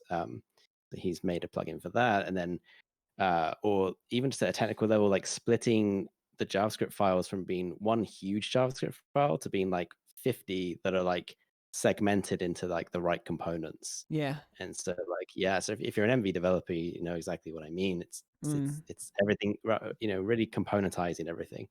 So he just has he's just a really smart dude. They just look slick, like they're just the way they're presented. Yeah. Go and check out gimmer.ditch. No, that's not the word. Gimmer.itch.io. Get the plugins, get it in ya. Yeah. So that's the plugin promotion kind of section. And yeah, go follow Gimmer and go follow Coda and go follow Riggy. Yeah, either one. Yeah. And and I would like to promote RPG Maker Cola. It's a podcast that happens every week, and it's on Spotify and Apple Podcasts. You're listening to it right now, and also you can check it out on Twitter and also on under at RPG Maker Cola, and also you can join our friendly Discord community. We are usually friendly. We're a gated community, and we let in those who we trust. So, yeah, Reggie just joined. So, yeah, thank you to everyone who has been listening right now, and thank you to the guests. It's been awesome. It's been great. And I would actually just like to ask one more thing that I ask of every guest who has been on season 2 of the podcast. If you had one thing to say to our audience right now, what would it be? Oh, deep one. I just throw it at. I would say. Oh, go ahead. Oh, I would say it's never too late to make your first game. Yeah. And finish it. Mm-hmm. Yeah. Totally. I'm old. Yeah. Cheers to being do you keep old. that a secret how old you are, or do you want to disclose that? Oh yeah, I'm totally comfortable. Yeah, I'm 33, and I made my first game when I was after I just turned 33. So you know, like if I can do it, there's no time like the present. Just get on it, make good games. Yeah, I mean, I'm 29. I still want to make games into my 30s. I know people in their 40s who are making RPG Maker games. It's not, it's really inspiring to hear, you know, people like yourself just say, nope, that stereotype is wrong. It doesn't mean you're unable to. You can still do it. You can do it, you know? Absolutely. Yeah. Yeah. And as for you, Riggy, what would you like to say? I don't know. I agree. It's it's never too late to start or to make a game or whatever, but also just make whatever you want. Do whatever you want as long as you're passionate about it. People will kind of come and support you for that. And it's worked. It's working for me now, and so I'm just gonna tell other people that's it. I guess if you care about what you're doing and the love and effort shows in the things that you're working on, I don't really think you should have too much to worry about in terms of finding somebody or something that will appreciate it. Yeah, it's nice. Well said. I like that. Yeah. So yeah, now we come to the closing of our podcast. I'd like to say thank you very much for listening. You, dear listener, whether you're on stream, whether you're just, chilling out, listening to the recorded version of this podcast, whether you've seen the antics that I've been, the little visual jokes I've been doing that will not be translated to the audio medium. It's been really, really fun to have you here. I'd like to shout out some people who are in the Twitch stream right now who've been lurking. Harmless Game Dev, who's been lurking, the creator of Lockhart Indigo. Go check that out.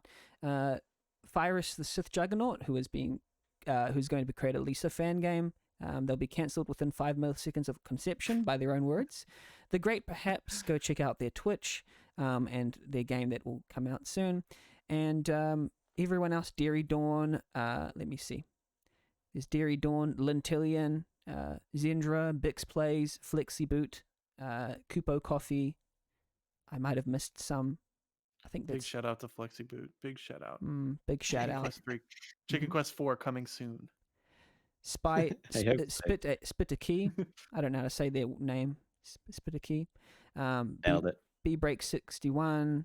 and is that everybody? Box Jess, I think I've said that. Yeah. All these people have come and just hyped up the stream.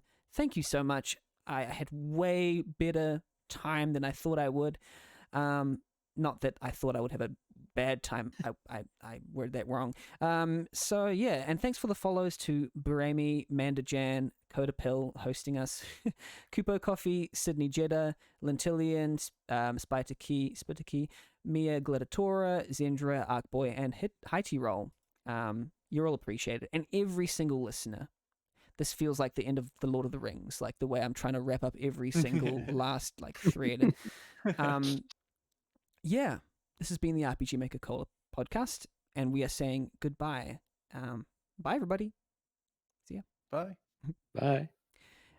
And that's kind of for the recording because the stream is still going. Yes. Because you have to teach me how to raid. So Yeah. how do I raid? Do you have somebody in mind? Let's look at the RPG Maker tag. I wonder if Hawk Zombie is still. I saw that guy. Yeah, the Hawk he showed Zombie something is cool. like awesome. Yeah. He's pretty similar to Riggy in that he streams every day. Well, Yes. for every weekday, and his stuff is amazing. Like he has giveaways, he has his own community, and look at this layout. It's like it puts everyone to shame. Yeah, but like Wow. yeah, it's pretty great. So let's raid. I don't know how to do this. Okay, so All right. So Riggy. So do I go You into wanna work- Streamlabs? Is that what I okay, do? so go in. No, go. What are you using? OBS, just like regular OBS. Oh, or I'm you're using Streamlabs OBS. Okay. So let me. Okay. This is behind the scenes, everybody. Oh, You wow. can actually go onto there's a button. your. Yeah. Oh yeah. I think is Streamlabs there- OBS has like an actual like UI for it, if I remember, but like I just do it in the chat box. You just do it in the chat box. Yeah. Do you have your creator dashboard up on Twitch? Oh, you can do it right there Oh, the on the dashboard. right. On the right. Okay. This is my can do it. dashboard. Where do I go from here? Wait, hold on. I'm talking the Twitch, the regular Twitch one. Hold on. the actual the regular Twitch board. Yeah. Okay, I can go onto that one. Yeah, sure. The There you Twitch go. one. Okay, so how do I go onto dashboard here? Create a dashboard. Here we go. Yeah. So And then on the right, there's a button that says Raid Channel, and the Mhm. big purple buttons. yes, and I man. select Under clip channel, chat, yeah. zombie. And now you can type it in. So do I have to say like spam? I don't have custom emotes. I should like get some, but like how does Hawk know that we are rating them? It'll show an alert on You'll it. get a notification, yeah. Okay, and everyone just can spam hype, I guess, because I don't have. Yeah, I why need. not? I need. Someone needs to teach me. I mean, I need to teach myself how to make custom emotes and stuff. Yeah. So let's raid. Absolutely. Let's go. I want So the little click on- cat as an emote. Can we get the little cat? Oh crap! Yeah, the cat emote would be good. We can always use more cat emotes. Yeah, hit. Yeah. Did it go? Wait. Did it go or not? Yep, we are. No, We there? no. Oh, Wait, sorry. Go back. I think. Oh, oops! I pressed back by accident. Yeah, this is how Oh, bad I no. am. I try to left click and then it right clicks and it's awful. There we go. Left click It'll and yeah, start and raid. Then, Yeah. Yep, and then it'll give you a Timer. it'll give you a countdown. Yep. Okay. Yeah. So everyone, when you get in, well, it's probably just us in the great perhaps, but anyway, and Arkboy's there too, and Heidi Roll. Anyway, so let's all Yeah. just spam. Should I say hype? How do you do the hype emote? Oops, not speech recognition. Let's see. Hype. How do you do the hype thingy? Let's see. Oh, is that a coda? Is that a coda emote? Am I not allowed to do it? Yeah. You gotta sub the code. Sub Pog- Dakota Phil. Sub the code. PogChamp? I don't know. Spam Yeah. PogChamp? Archer. Yeah. okay. Everything. All of it's good. Yeah. So there we Go go. crazy. Sweet. All right, we'll start the raid now. Thank you, Awesome. everybody, Okay. for watching this. This has been awesome. It's been cool. And let's go. Yep. Do I have my stream now? Is that what I do? Yeah, you can end your stream, and then if you go to his If I channel, go to his channel, then well, I'll can you see. press right now? Wait, See the wait, button? don't end your stream yet until you're in the So I have to in the be. actual channel. Wait, go back. Yeah, open one tab of the yeah. So and then go I've to got the, one tab in his, and I've got one tab with the raid open. And do I just Yep. end stream on my OBS? not yet. Hit Not yet. right now, and then end OBS. I hit, So right now that button. hit raid first. Yeah, Yes. raid. No, on the left. Not that one. Above the chat. See that little oh, there, purple raid button on now. the far left? Okay. Yeah, yeah. I click raid and then I end stream. Yeah. Yeah. Okay. Cool. Nice. I would never figure this out on my own. Okay. Okay. 3, Oh, it's all 2, good. It's all 1. good. Let's go, everybody. Raid now, and then end stream. Nice. End